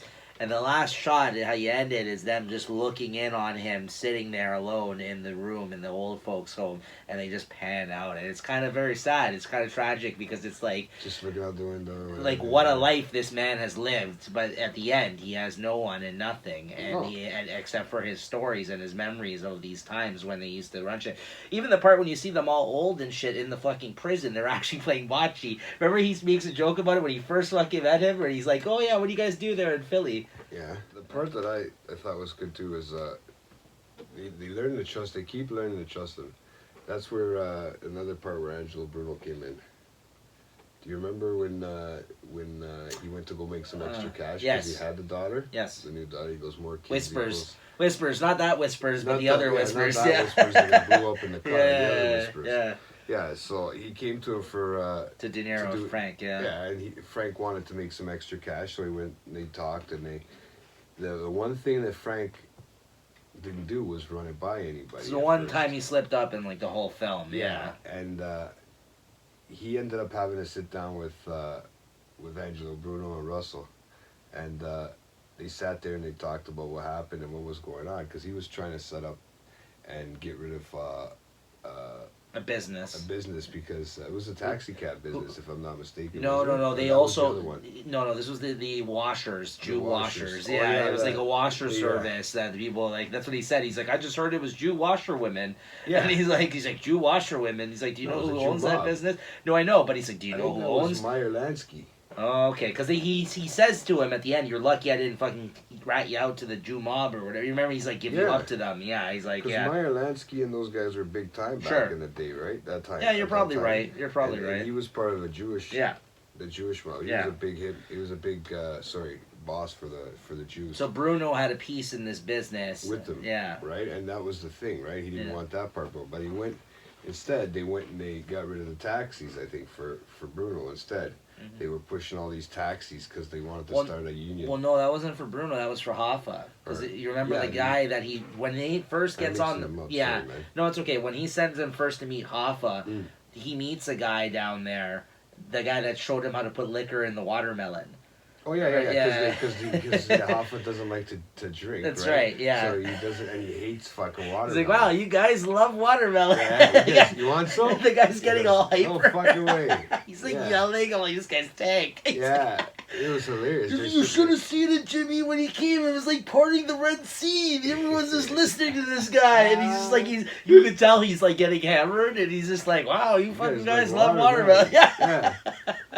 You know, it's funny because he's holding a green bottle, and I kept thinking it was a Heineken or something in his hand. Anyways, what he's drinking there, right? But it was probably, I think it was ginger ale because that was the whole. That's right. He would drink ginger ale every scene you see them. Well, I think and ice cream. That was their vices. That whole thing, right? Yeah. Like that whole the trucking company, right? Exactly. Yeah. So, but yeah, when they, what was I saying there? All right, you threw me off there. Sorry. Yeah, we went into a thing there. No, you were talking about how Bruno caught him because Whispers had put him up. Oh yeah, because Whispers was talking, setting them up, right? And then they went and they pushed the. Well, for thing, the only reason I think I'm confusing those two is because he used the gasoline that he was gonna use for the cleaners. Yes. He used it to help get rid of the taxis. That's right. faster, You're right. Yep. Because he was getting. Well, he's like, you guys don't use candy. A bunch of lesbian. Yeah. There's gonna be a bunch of lesbian. They're all lesbians. Lesbian, yeah. Lesbian taxi cab drivers. It's like, you guys don't use candy. He's like, what the fuck is candy? And it's like dynamite, and all of a sudden, like bombs are just going off. No, it was they were just. I think it was just. Oh yeah, but that's what he meant. Yeah. Gasoline with an ignition, sort of thing. So they just blew the whole. Because they were pushing these fucking cars. Yeah, it was pretty crazy. You know, those cars aren't light, man. No, that was another thing I liked in that movie too. If you ever want to see some good classic cars, man, like they had a lot of neat stuff. They were able to bring it back, and I think that's the one thing I like about Scorsese is that he can visualize a lot of things. Yeah. I mean, obviously he's from a time frame where they're all from that time frame, so they can remember cars. They can remember. There's a lot of cars in that movie that I liked. Sorry, I'm just looking at my notes here. I'm just trying to see if there's anything else I wanted to touch on before we were to wrap up with this. The scene with the fish was fucking hilarious. Where they were going to pick up Jimmy Hoffa at the end there, and the kid from fucking Breaking Bad, what's his name? Chucky, who's Jimmy Hoffa's son in this. Yeah, he's fucking hilarious. They go to pick him up, and one of the hitman that's with them, like that, De Niro made sure not to put in the back because he's known for choking people out from the back seat. He says, he's like, why is it wet back here? And he's like, oh, I had a fish back there. And he's like, what kind of fish? And he's like, I don't know, a fucking fish. And then they have this huge conversation about the fish and how he doesn't know what kind of fish it is. He's like, listen, I want to know in case someone asks me, all right? It's like, why I wasn't sitting back there.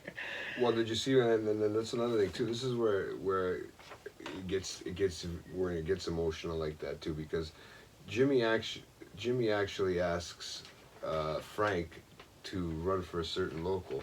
That was what it was, to be a local president of, I think it was, what, it was 325, no, 326. Yeah. Local 326. Okay. So Jimmy asks Frank to run that union. That's before that whole meeting. Yeah. Before that whole, award, right? Because remember, they're jumping around. They're going back and forth. You're going from 80s, because that's when everybody started dying off. Right. And you're going from 50s when everything was going on, right? Right. So you're getting everything in between. Yeah. The car ride is after. The car ride's near the end, just before he ends up in the old folks' home, right? Yes. So that car ride there, that's another thing. His wife, Russell's wife, was from fucking royalty. Yes. She came from the Jersey. Yeah, but she came from the fucking, what was the family called? They mentioned them. They mentioned them like all the way back to Italy or some shit. Man, it was the Scandella family or something like that. Yeah. Right, and it was from Sopranos. She was Artie Bucco's wife on Sopranos. If everybody knows Sopranos, that was a cool thing about this too. You see a lot of people. One? Yeah, that's her. That's not Tony Soprano's wife. Artie Bucco, the chef, who was his best friend. Yeah, okay. That was his wife on Sopranos. Yeah, because she's like, she came from like fucking basically royalty. Yeah. I forget what the fucking. Yeah, I the really mom. wish I knew what the name was right now. I had it there, but I just, there's so much shit I wrote down for this fucking thing just to see if I. Well, it's hard to fit it all in a conversation. This is a 3.5 hour movie, guys. I mean, so. All the. What is it called? The Scanderas. Oh, okay, yeah. Right, so they were like royal model.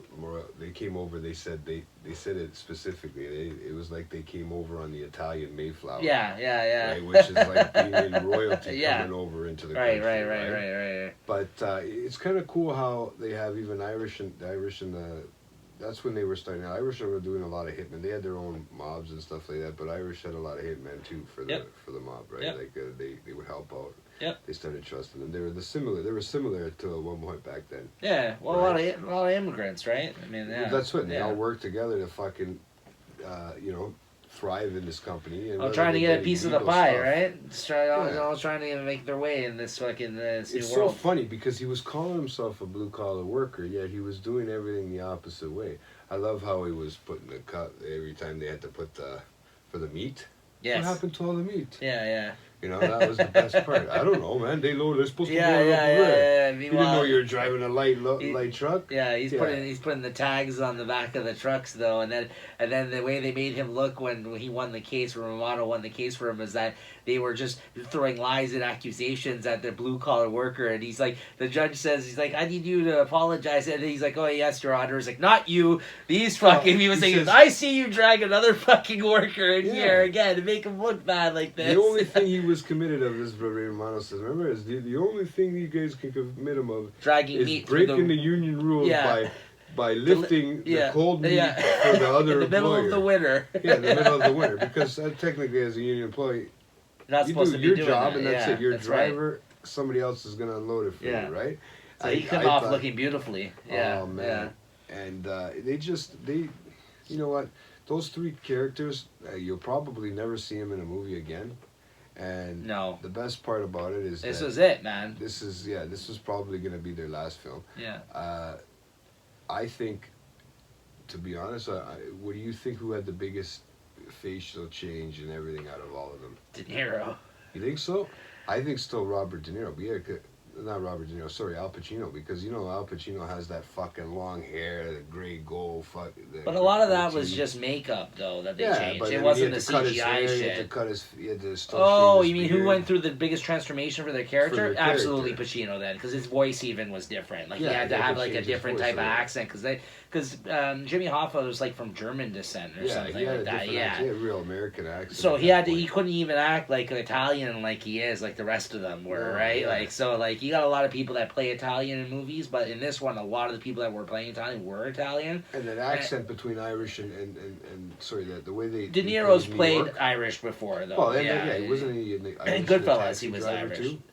I think so, but in Goodfellas he was. See, if you ever watch Taxi Driver and you watch the way De Niro moves around, you'll notice the big difference. Oh yeah, I mean that whole scene. Raging Bull, Bull, you know what I mean? It stuck out like a sore thumb, man. I was like, come on now. That was the worst. I think because that was the worst. Probably it took me out of it. Yeah, that's what I mean. It took me out of it, that God. Scene. Everything else was pretty good. Yeah, and then you remember how old they are. Yeah, and I was like, ooh. I was like, that one scene when he went to beat him up, it was just so bad. That's the first thing. Like, he wound up his leg, like, kick him in the head, and I was just like, whoa. It was like reminding me of, like, my grandfather or something just stepping on somebody's head. It's like, you might as well have just taken off his slipper, like, you should have just filmed it from behind and used a younger person, not even showing his I just face. don't know how they let that go. It just looked horrible. Yeah, it was the one part of the movie where I was like, that's the one that actually stood out the most to me. Yeah. I mean, there was some times when I would see the gray hair, like I was saying, of Jimmy Hoffa. Yeah, and stuff sure. like that. But I mean, for the most part, the movie was great. For the most part, for every part, the movie was great. I think they depicted the story. Great film. They depicted the story good, without using so much. If and they had to use that whole time frame, that movie could have gone on for days. Yeah. Right, but I mean, in a 3.5 hour period, they explained a lot. In the time frame that they had, and you didn't feel like, okay, I knew I was watching a long movie. I thought I was getting through it, most of it, and then I go to look at how much has gone by, and only half an hour has gone by, or an hour has gone by. Yeah. And it's like, holy fuck. Yeah, well, the first time I watched it the whole way through, and then the second time I watched it like an hour and a bit, and then I watched the other 2 hours, whatever that was left afterwards. Like, I think that's what I'm missing, like an hour and a half. Yeah, so that's I mean, it's a big commitment, but that's the other thing. That's why they said it. The Scorsese, they were also saying it's special if you were going to go to the theater and watch this, that you're committing to watching that long ass film. You might go out to pee, but they were giving breaks. But being at Netflix. Being on Netflix, you can easily just get up, fucking go do something else, pause it, come back, and it doesn't really give you the same type of experience as you would if you had seen it in theater. So I get it. Yeah, I get it. It was great though, but the first time I watched it, I was like, you know what? He could have easily trimmed down an hour in this if they cut down some of the union stuff, the Jimmy Hoffa stuff. And then the second time I watched it, I'm like, you know what?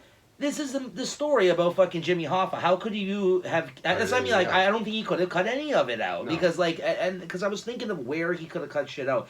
And at first, for me, you know, I like seeing all the gangster shit. Yeah. So for me, that whole scene with the Hoffa stuff in the middle, where they just show all the politics of it and the shit he had to do, wasn't as interesting to me at first. But then the second time I rewatched it, just the other day, I was like, you know what? This is essential stuff, and it's needed in this film before all the fucking craziness started happening and this gangster shit. And all that was great, too. But that's what made this film different from his other gangster films. Like, because it was a story. It felt more biographical than the other stuff he's done, where Goodfellas, it was just like him depicting gangsters or casino, like it was about the casino business and gangsters. Well, yeah, see, this is like pre-Jimmy Hoffa time, which was not this, the casino and stuff like that. Was like pre, like when they were doing stuff in Cuba and doing stuff in, you know, in Vegas and stuff like that. That's what made this different, though. This it was different. Like afterwards.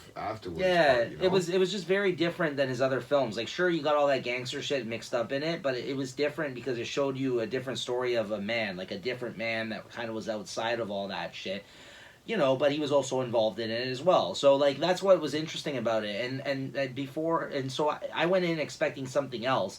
And believe me, you get all that mobster type shit in this movie, too. Yeah. But you also get a lot of the story about Jimmy Hoffa and actually, and if you did, and all those scenes that happened with him towards the end and the type of person he was and the reason he went out there at the end, it wouldn't have been as good without all that stuff about him in it. Like, you know what I mean? No, like, they needed it. Yeah. And like you said, the Kennedy shit, like, it was a period piece almost. Like, you needed to know all that stuff. And I thought you could have, at first, like I said, I thought he could have cut it down. And I'm like, you know what? I don't think you could have lost any of this shit. Yeah. Because you needed it all. Because, you needed that shit to get to the funny parts with him bitching about the meeting and the fucking fish in the car. Like, you needed, you know, because you need a little bit of that kind of stuff to kind of keep you interested as well, right? But you needed the story about Jimmy Hoffa, right? So, and as they were going along, how they were just telling everybody straight, like, okay, this guy, instead of bringing this whole guy into the story, we're just going to tell you when he died and how he died. You know what I mean? Because he's only in this part of the way we're depicting the film, we only need him for this little bit of time. We don't need to go into his story. No. That's why they didn't go into the whole Harvey Keitel part, right? They didn't go into a lot of those other things because of that. They didn't go into the Nixon. Right, but they wanted to give you that information just so if you did have any interest in that, like that's the history about it. You want to understand a little bit more. That's what I mean. That's what was different about this film. Like, it actually felt like they adapted, because they did. They adapted the material from a book, and it just felt a lot differently. It felt a lot different than some of his other films. And I know some of his other films, even those gangster ones, like a lot, same thing. Goodfellas was based on shit that he said, and it was in a book and all that kind of stuff. But even the score too, the musical score was great. Oh yeah, great. Yeah, always. Awesome. He loves. He's a big music buff too, right? I mean, Scorsese, a lot of 50s music that I like. I've grown up to. I've grown up to. I mean, because my parents have listened to it and stuff. I like that music, right? So. But he also the music, the sound, it's great. Everything leading up into everything. Great film. I can't say I've seen a better film in long of a time. This year, this year I got a Scorsese film and I got a Tarantino film. Like, I'm a pig. That's what I mean. I'm a pig in shit. No, I'm just saying. Like, this year for movies, like, you've been lucky. I love these directors. Like, you know what I mean. So, like, the fact that I got a fucking new Scorsese film with Pacino as well as De Niro and Joe Pesci, like, that's insane, guys. Like, you know what I mean. This is, like you said, this is probably the last time you're ever gonna see those guys all work together like this. And this is actually.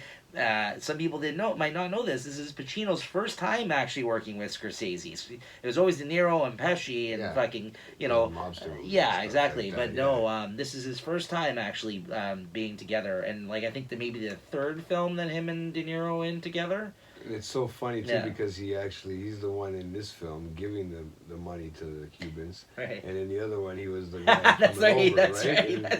Trying to take their money. It's hilarious. So I mean, it's good, and they're supposed to be like Hoffa's good to watch and then learn a little bit about it. Probably the JFK story would probably be a good one. Yeah. And the Nixon one would I think all three of those. Yeah. If you watch them, you can put it all together. Yeah, I mean, that's what I mean. If anything, watching this movie just got me more interested in all that kind of shit as a result of it. Yeah, absolutely. This all, I think, branched off from Watergate, and I don't know. What a performance though from Pacino. I mean, Pacino, so good in this movie. Like, it's such a fucking hothead and just didn't take shit from. The best part is when Joe Pesci. Yeah, well, that's what I said. Him and Joe. Don't get me wrong, De Niro's always great too, but like I just used to seeing him. Exactly, and not only that, De Niro was playing De Niro. Like, De Niro is almost the same guy in any of these films, right? Whereas this one, you got a different Joe Pesci. You got a different Al Pacino. Yeah, exactly. It was very interesting. So, but they had a great cast. Well done. Everybody was great. Like, I mean, they had little pieces of everybody in it, from like we said, Ray Romano. That comedian was in it too. The Italian comedian. There was the guy who got killed. That was the one that just has his new show. Yes. New sitcom. What the fuck is his name? Hold on, I'll tell you right now. It's on the Netflix, right? Yes, that's right. Keep going. I'll tell you. I can see it. I'll tell you. This guy, Sebastian Maniscalco. That's the one with the leather jacket. Yes, he is fucking hilarious. Not in this movie. Well, in the movie he's kind of funny too, but that guy's a funny comedian. If you watch, he has a Netflix special. Italian guy though, so the fact that he's in this movie, like all these guys just looked happy to be in a Scorsese movie. You know what I mean? Like the fruit that was the fruit. Wait, no, the fairy that was the fairy. Yeah, you're gonna meet a fairy that's the fairy or the guy with the big ears. What are you looking at my ears? I had an operation they done a couple years ago. Yeah. No? He tells him that she's just like, you're gonna go meet a guy with big ears, big ear fucking Joe or whatever the fuck his name was. And he's like, you're looking at my ears. Yeah. He's like, no. And then Don Rickles. You could talk forever. That wasn't actually Don Rickles, but it was. They had that character, Don Rickles, who worked with him in Casino too, so it was kind of sad that he passed. Else, like, he would have been there with them, right? Yeah, exactly. This movie was just a great movie. Man. It was great. I mean, we could go on for fucking days here. I know. Exactly. You're looking at the cast. I mean, looking at your buddy Jesse O'Brien, or whatever his name is. Chucky O'Brien. Yeah. It's just so weird, man. Everybody in this movie was great. Yeah. Everybody played a perfect and pivotal part in this movie. So but everybody played, like I said, a pivotal role in this fucking movie. And I don't think it could have done it any better. It could have got any better. I mean, to be honest with you. No, you hit on my one complaint about the film was that because of the age. That's the only complaint. Yeah, that's my only complaint, because none of the performances were bad. The story was interesting. Like I said, I even tried to pick apart the fact that, hey, maybe it was too long and they could have cut out some stuff. But then, like I said, when I watched it the second time around, I was like, no, they couldn't have cut. Like, sure, you could have cut stuff out, but there was a lot of important stuff going on there. And, like, we didn't even get into some of the other shit, like the shit, like, you get to learn about how he talks about, like, how to do certain hits and stuff like that. Like, he talks about guns right out the box and like what kind of gun you want to do for this. I forgot about that too. We jumped so far ahead, but like how when they started killing people, where they would shoot the where they throw all the guns into the water, they'd have to dispose of the guns. They told you how to do it back then. And back then, you see, it was so much easier back then. And if you noticed, when you watch the guns fall into the water, did you see he could start a whole army. With all the guns that there's like 1,000 fucking guns at the bottom. But if you actually look, there's all kinds of fucking guns different down there. Guns. Shotguns, handguns, and well, even him. You see him go over that bridge a few times, and he throws a shotgun in one time. Just every time it's over that same bridge. You know.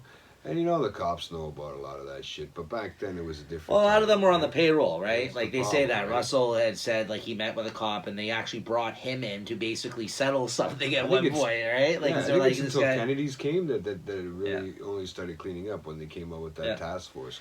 But the Kennedys were dirty, man. Like, that's what I mean. Like, it started off with the father, but I think but they came from money. Robert was trying to fucking just straighten everything out. That's what I like too. Like Pacino said that he's like, you can't trust these fucking rich kid. Yeah, exactly. A rich person's kid. And he said that he's like, I don't care that he's Irish. I don't care if he's fucking this. Yeah. He's like, I don't like him because he's a fucking rich kid. He's like, you can't trust him. That was a crack at the president right now, and like a.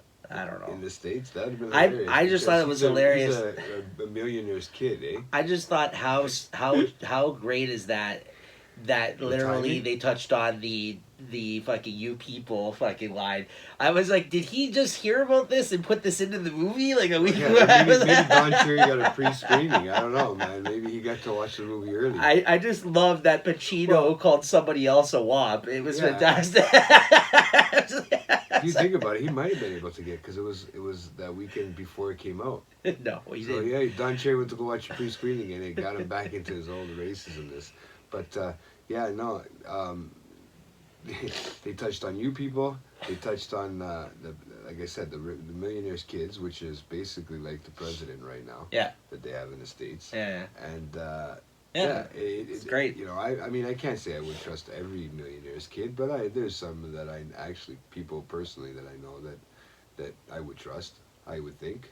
Yeah. I mean, I don't know how much I trust, like in the sense that, you know, that they have, you know, a lot to lose. Right. But that's what I'm saying. Robert De Niro didn't have anything to lose, and that's why he didn't care about ratting people out. Really, he just had his job. He knew he was protected by the union. Yeah. And that's how you become loyal to these guys. So right? Before we close it out, let's talk about, I think, the one thing we didn't talk too much about. We talked about it a bit, but we should probably mention before we wrap up here is the fact that the scene leading into why they finally killed Jimmy Hoffa. We touched on it a bit. So basically, Jimmy Hoffa, like I said, they were going back and forth. And he was eventually holding back people's pensions and holding back approval of money going to these gangsters that wanted to start new projects, to open up new casinos, to do this and that. And the Fat Tony guy, while they're at that congratulatory dinner there, the recognition for Robert De Niro, Frank's character Frank, he turns to him and he's having a conversation with Russell, Joe Pesci, and he says all this shit to him, and he's like, did he say that? He's like, do you know if he actually said that? Like, and he's like, yes, he's been saying this, and he's been doing this, and someone needs to talk to him because we can't fucking have this anymore. So then Russell takes Jimmy in the corner, has a serious conversation with him, and he says, he's like, well, some people, not me, but some people would say you're not being very appreciative of what we've done for you at this point. He's like, appreciative? He's like, I went to jail for 5 fucking years. He's like, I didn't rat nobody out. He's like, yes. He's like, you're right. And he did the right thing. And he's like, yeah, okay. Well, he's like, appreciative. He's like, this is my union. He's like, my union. It was like a pride thing towards the end. Yeah, if he just stopped there and listened to what was being told, exactly, he would have probably survived. They would have. He was as big as the president back then. No, I know. That's what they said. They said compared to Kennedy, he was the yes. He was, in terms of popularity, he could have fucking ran for president because he was next to Kennedy in terms of how popular he was in the way people know them. Yeah, it was like a change of the generational change, right? That changeover when people started becoming looking. But that's why he couldn't let go. He couldn't let go of the fact that it was my union. Like he said, he built it from the ground. Right. It's not like he didn't. He did build it. Right. But you know, there's a time to let go and a time to step down. And he said that. He's like, it'll always be your union. He tries to tell him that. He's like, but it's time to step down. He's like, you're getting in the way of things now, like what you're doing. And he's like, no. He's like, I'm sorry. I'm like, I can't. And then he just like, he wasn't wrong in what he was doing. But he should have stopped. In the sense of lending out money to make interest. Yes. It's just he lent it out to the wrong people. Right. He lent it out to people that, you know, you think you can trust, but they just bullied you. But the Fitz guy and fucking Pro guy, like, because he was actually in the mob, they had no, they didn't give a shit who they were giving the money to. Yeah. And that is what he had a problem with. Yeah. Is that all his ideals and the way that he operated through the union and what he felt was right and wrong and the relationships that he made were no longer his anymore, and it was being run a way he didn't like. Yeah. So because of that, he was getting in everybody's way towards the end, and he became a problem, and they had to fucking take care of that problem. But he said, like any company, in business, instead of firing him, they literally. But I like that scene where he's like, some people would say you're being a little unappreciative. He's like, not me, but he's like, I know how you are. Like, they all knew, like, how he was, but he's just like. But it hurt Frank to shoot him. Yes, but that's what I mean. But that is why, and he even says that when they're old in the prison, he's like, fuck him, you know? He's like, I chose us over him. Like, he's like, I needed, and he says that. He's like, Frank, your only reason that you're okay is because I said you're with me. Yeah. Like, because you're so close to him. And he said that to him, too. Jimmy said that. He's like, you think when I'm gone, he's like, you need to put people in front of you. He's like, if you're afraid, he's like, put people in front of you right now because they're going to go after you next. He's like, you think that when I'm taken care of, they're not going to go after you? Like, that's what he was trying to explain to him, right? But then he didn't really understand the relationship that he had. That's right. Yeah, and Jimmy. That's right. Sorry, Russell and Frank. Right. But that's the thing, is that those two were close. Right. They had a different type of relationship. Right. They had a working relationship. They had a bond. They had I'm your God. The other one was just, he ran the union. But to the point where he had to lie to Frank at the end. He said to him, he's like, I knew there was no way you were going to do this. You were going to get in the way. Because, like, remember they're out on that trip and they're going to the wedding, and all of a sudden he calls him up. He's like, hey, yeah, so I'm going to meet with the little guy. He's like, you're going to meet with them? He's like, since when? He's like, you just told me you didn't want... He's like, it's not happening. And he says, like, yeah, so-and-so called me. He's like, you know that's his brother, right? Like it's like, oh, no, it's okay. I know him. We're cool. He's like, don't worry about it. Meanwhile, Pacino doesn't even realize he's stepping right into the fucking him getting killed. Exactly. And then when they pick them up and De Niro's there, it's one of those unexpected things like, what are you doing here? What are you doing here? Like, where are we going? What's going on? And they're like, no, don't worry. We got these. As soon as that's happening, he looked at him, though, and he got in the car, and he looked at De Niro. And he kind of knew something funny was going on, but he looked at him for reassurance, and he just nodded at him, and he's like, yeah, I get it. He trusted him. That's what was sad about it in the end, is that he trusted only him. And he slept in the same room with him many a times, like in the hotels, and they're freaking wearing pajamas, you know what I mean? Like, they got close. What got sadder after that is that he picked the mob to protect him, not Jimmy. Frank. Yes. Right? So that's why he did that, what he's saying he did to Hoffa. Yes. And shot him. Okay. But he did that so that he can stay alive for his family. Yes. And his family just totally abandoned him. Yes. And that was the worst, the saddest part. Like, I mean, everything up to that point. Bro, the guy picked out his own fucking coffin at the end of that film. Remember Green? You know who the guy was in that scene, though, eh? He's a rapper, that guy, the big fucking fat white guy. Right? Yeah, that's, what's his name? Action Bronson. Okay. He's on, like, he has, like, a eating show on, like, one of these channels. He has, like, this thing where he goes around the world and eats different things. He's a rapper, that guy. Oh, wow. That big fucking fat white guy that sells him the coffin at the end, yeah. Yeah, he looked like basically showed you that the times had changed, right? At that point, right? Yes. And, he's going in shopping for the coffin, but the guys are different. Even real sad towards the end, though. But like you said, they missed the big. They would take chunks out. They only took what they needed from those storyline. Like, I mean, there was so much other stuff that came to play. There was other gangs that came around. But the theme that followed throughout this whole film, like you said, we touched on it, is loyalty. It was loyalty and trust, and like right to the end. And like you said, he felt away for Hoffa. They were close, and he felt right to the end there where Joe Pesci said, you're gonna have to do this. Like, he didn't want to do it, but like always, he took orders. He's an army man. He is that worker guy. So because that made them dig the holes. Remember how he was saying that in the beginning? Because I don't understand how those guys would just keep digging their holes and thinking. Maybe they thought if they did a good job, we would let them live. The guy would just let them leave, right? Yeah, I was dying, man. But no, it's about loyalty to the end, and then the thing is that Russell trusted Frank first, gave him the opportunity first. Right. If it wasn't for Russell, he would have probably never met Jimmy Hoffa, right? Right. So, the only reason he knew Jimmy Hoffa was because of Russell. So, like in that whole area, that's the reason why I think he picked Russell first. But plus, also he's scared for his life. But it's an interesting parallel because in the face of all that, you had his daughter who couldn't disagree more with who he chose to be close to, right? Yeah. And if that taught you anything in that movie, the guy who was trying to do the right thing. No, but the guy that was trying to do the right thing, and the guy that he was more so like, but at the same time he had turned into a gangster at some point, was Jimmy Hoffa. Yeah.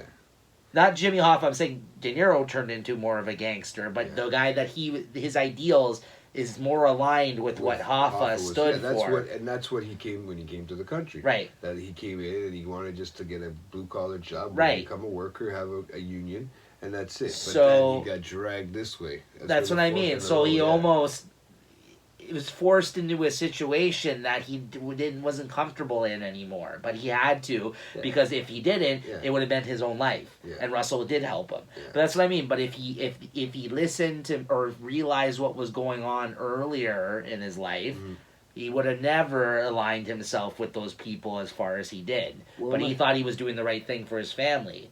Well, am I correct by saying that Frank was the longest one? He outlived them all, basically? Yeah, absolutely. They said that to him at the end. They're like, everyone's dead. Like, he's like, you're going to have to speak to my lawyer. He's like, he's dead.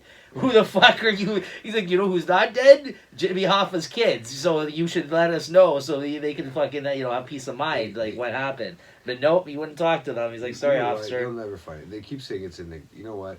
It's as easy as throwing them in the water back then, dude. Yeah. They would have never found them. I mean, you could have said he would have washed up on shore, but they could have got eaten in the water. I mean, people could be still looking for this body like it's buried somewhere. But you know what? It could be totally gone. It could be gone in a fire. It could have been gone. They don't know, man. They'll never know. You know, that'd be funny if right before we find out what happened. Yeah, right before we get old and die, right? And listen. We'll do a cast and we'll bring up the. This is one of our closest. This is one of the closest accounts that they have right now, is based off of what he said. Yeah, but we don't know this for sure. But that's also watching years of. Years of news, watching articles, watching, you could make up a story. You know what, though? Like, the way they described how they picked him up and everything else, like, that was so meticulous, even with the son being the driver to his own fucking dad's death and not being aware of it. And he said that. He felt bad for him afterwards. Remember at the end where they're explaining whatever happened to everybody leading up to them going to jail and everything? Like, he explains in that scene where he's like, I always felt kind of bad for his son. He's like, Trump wasn't aware, like, what was going on. Yeah, that's so... So yeah, everything they explained about that part made sense. So I don't see where, like, it makes sense to me. And even the way they said they just incinerated him. Like, yeah, that's an easy fucking way to get rid of this guy, right? They did it in other things, like they've done it before. I think they even showed it one time. There was a fire there too. They did it at the fire, get rid of the body. But I'll tell you, man, that even they depicted everything so like if that was the actual story, and they had it to the point where they were actually showing how Russell, Joe Pesci there, didn't like to have people smoking in his car because he made that was I just thought those were little things that they threw into the movie that made it so realistic. Yep. Like, I mean, there was one part when he was sitting there like this and he was sleeping in the car and he looked like he was dead. But he looked like my grandfather. I mean, my Italian side. He used to either sleep like that, or he used to sleep like this with his head. It was one or the other, and that's what he looked like. An old Italian. It was great watching, man. Because he is an old Italian. Because I remember seeing family members that reminded me of just the way their mannerisms were. Maybe not going. They're not going no mafia, but you get what I'm saying. Yeah, right? Sure. But, I mean, I think everybody's had a fat Tony. I had a fat Tony in my family.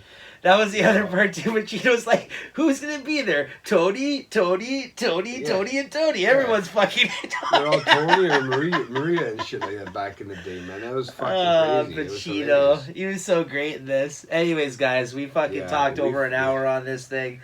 It's going to be a long-ass episode. We could talk an hour more, I'm sure. Me and Jay obviously enjoyed the film. Yeah, as you can tell. I mean, I don't sit really down to take notes for anything, but this is, like I said, it's hopefully... So it was an event, man. Yeah, this was a special thing. This was actually good for me to do in case of that whole new podcast. Exactly. I want to try and venture out to and see how we could do some reviews, and stuff like that. So hopefully this was... a good primer for that, I got 7 pages of fucking notes on this thing, right? And I didn't really need to. I could just remember them once we were talking about it. It was great. So hopefully that'll come.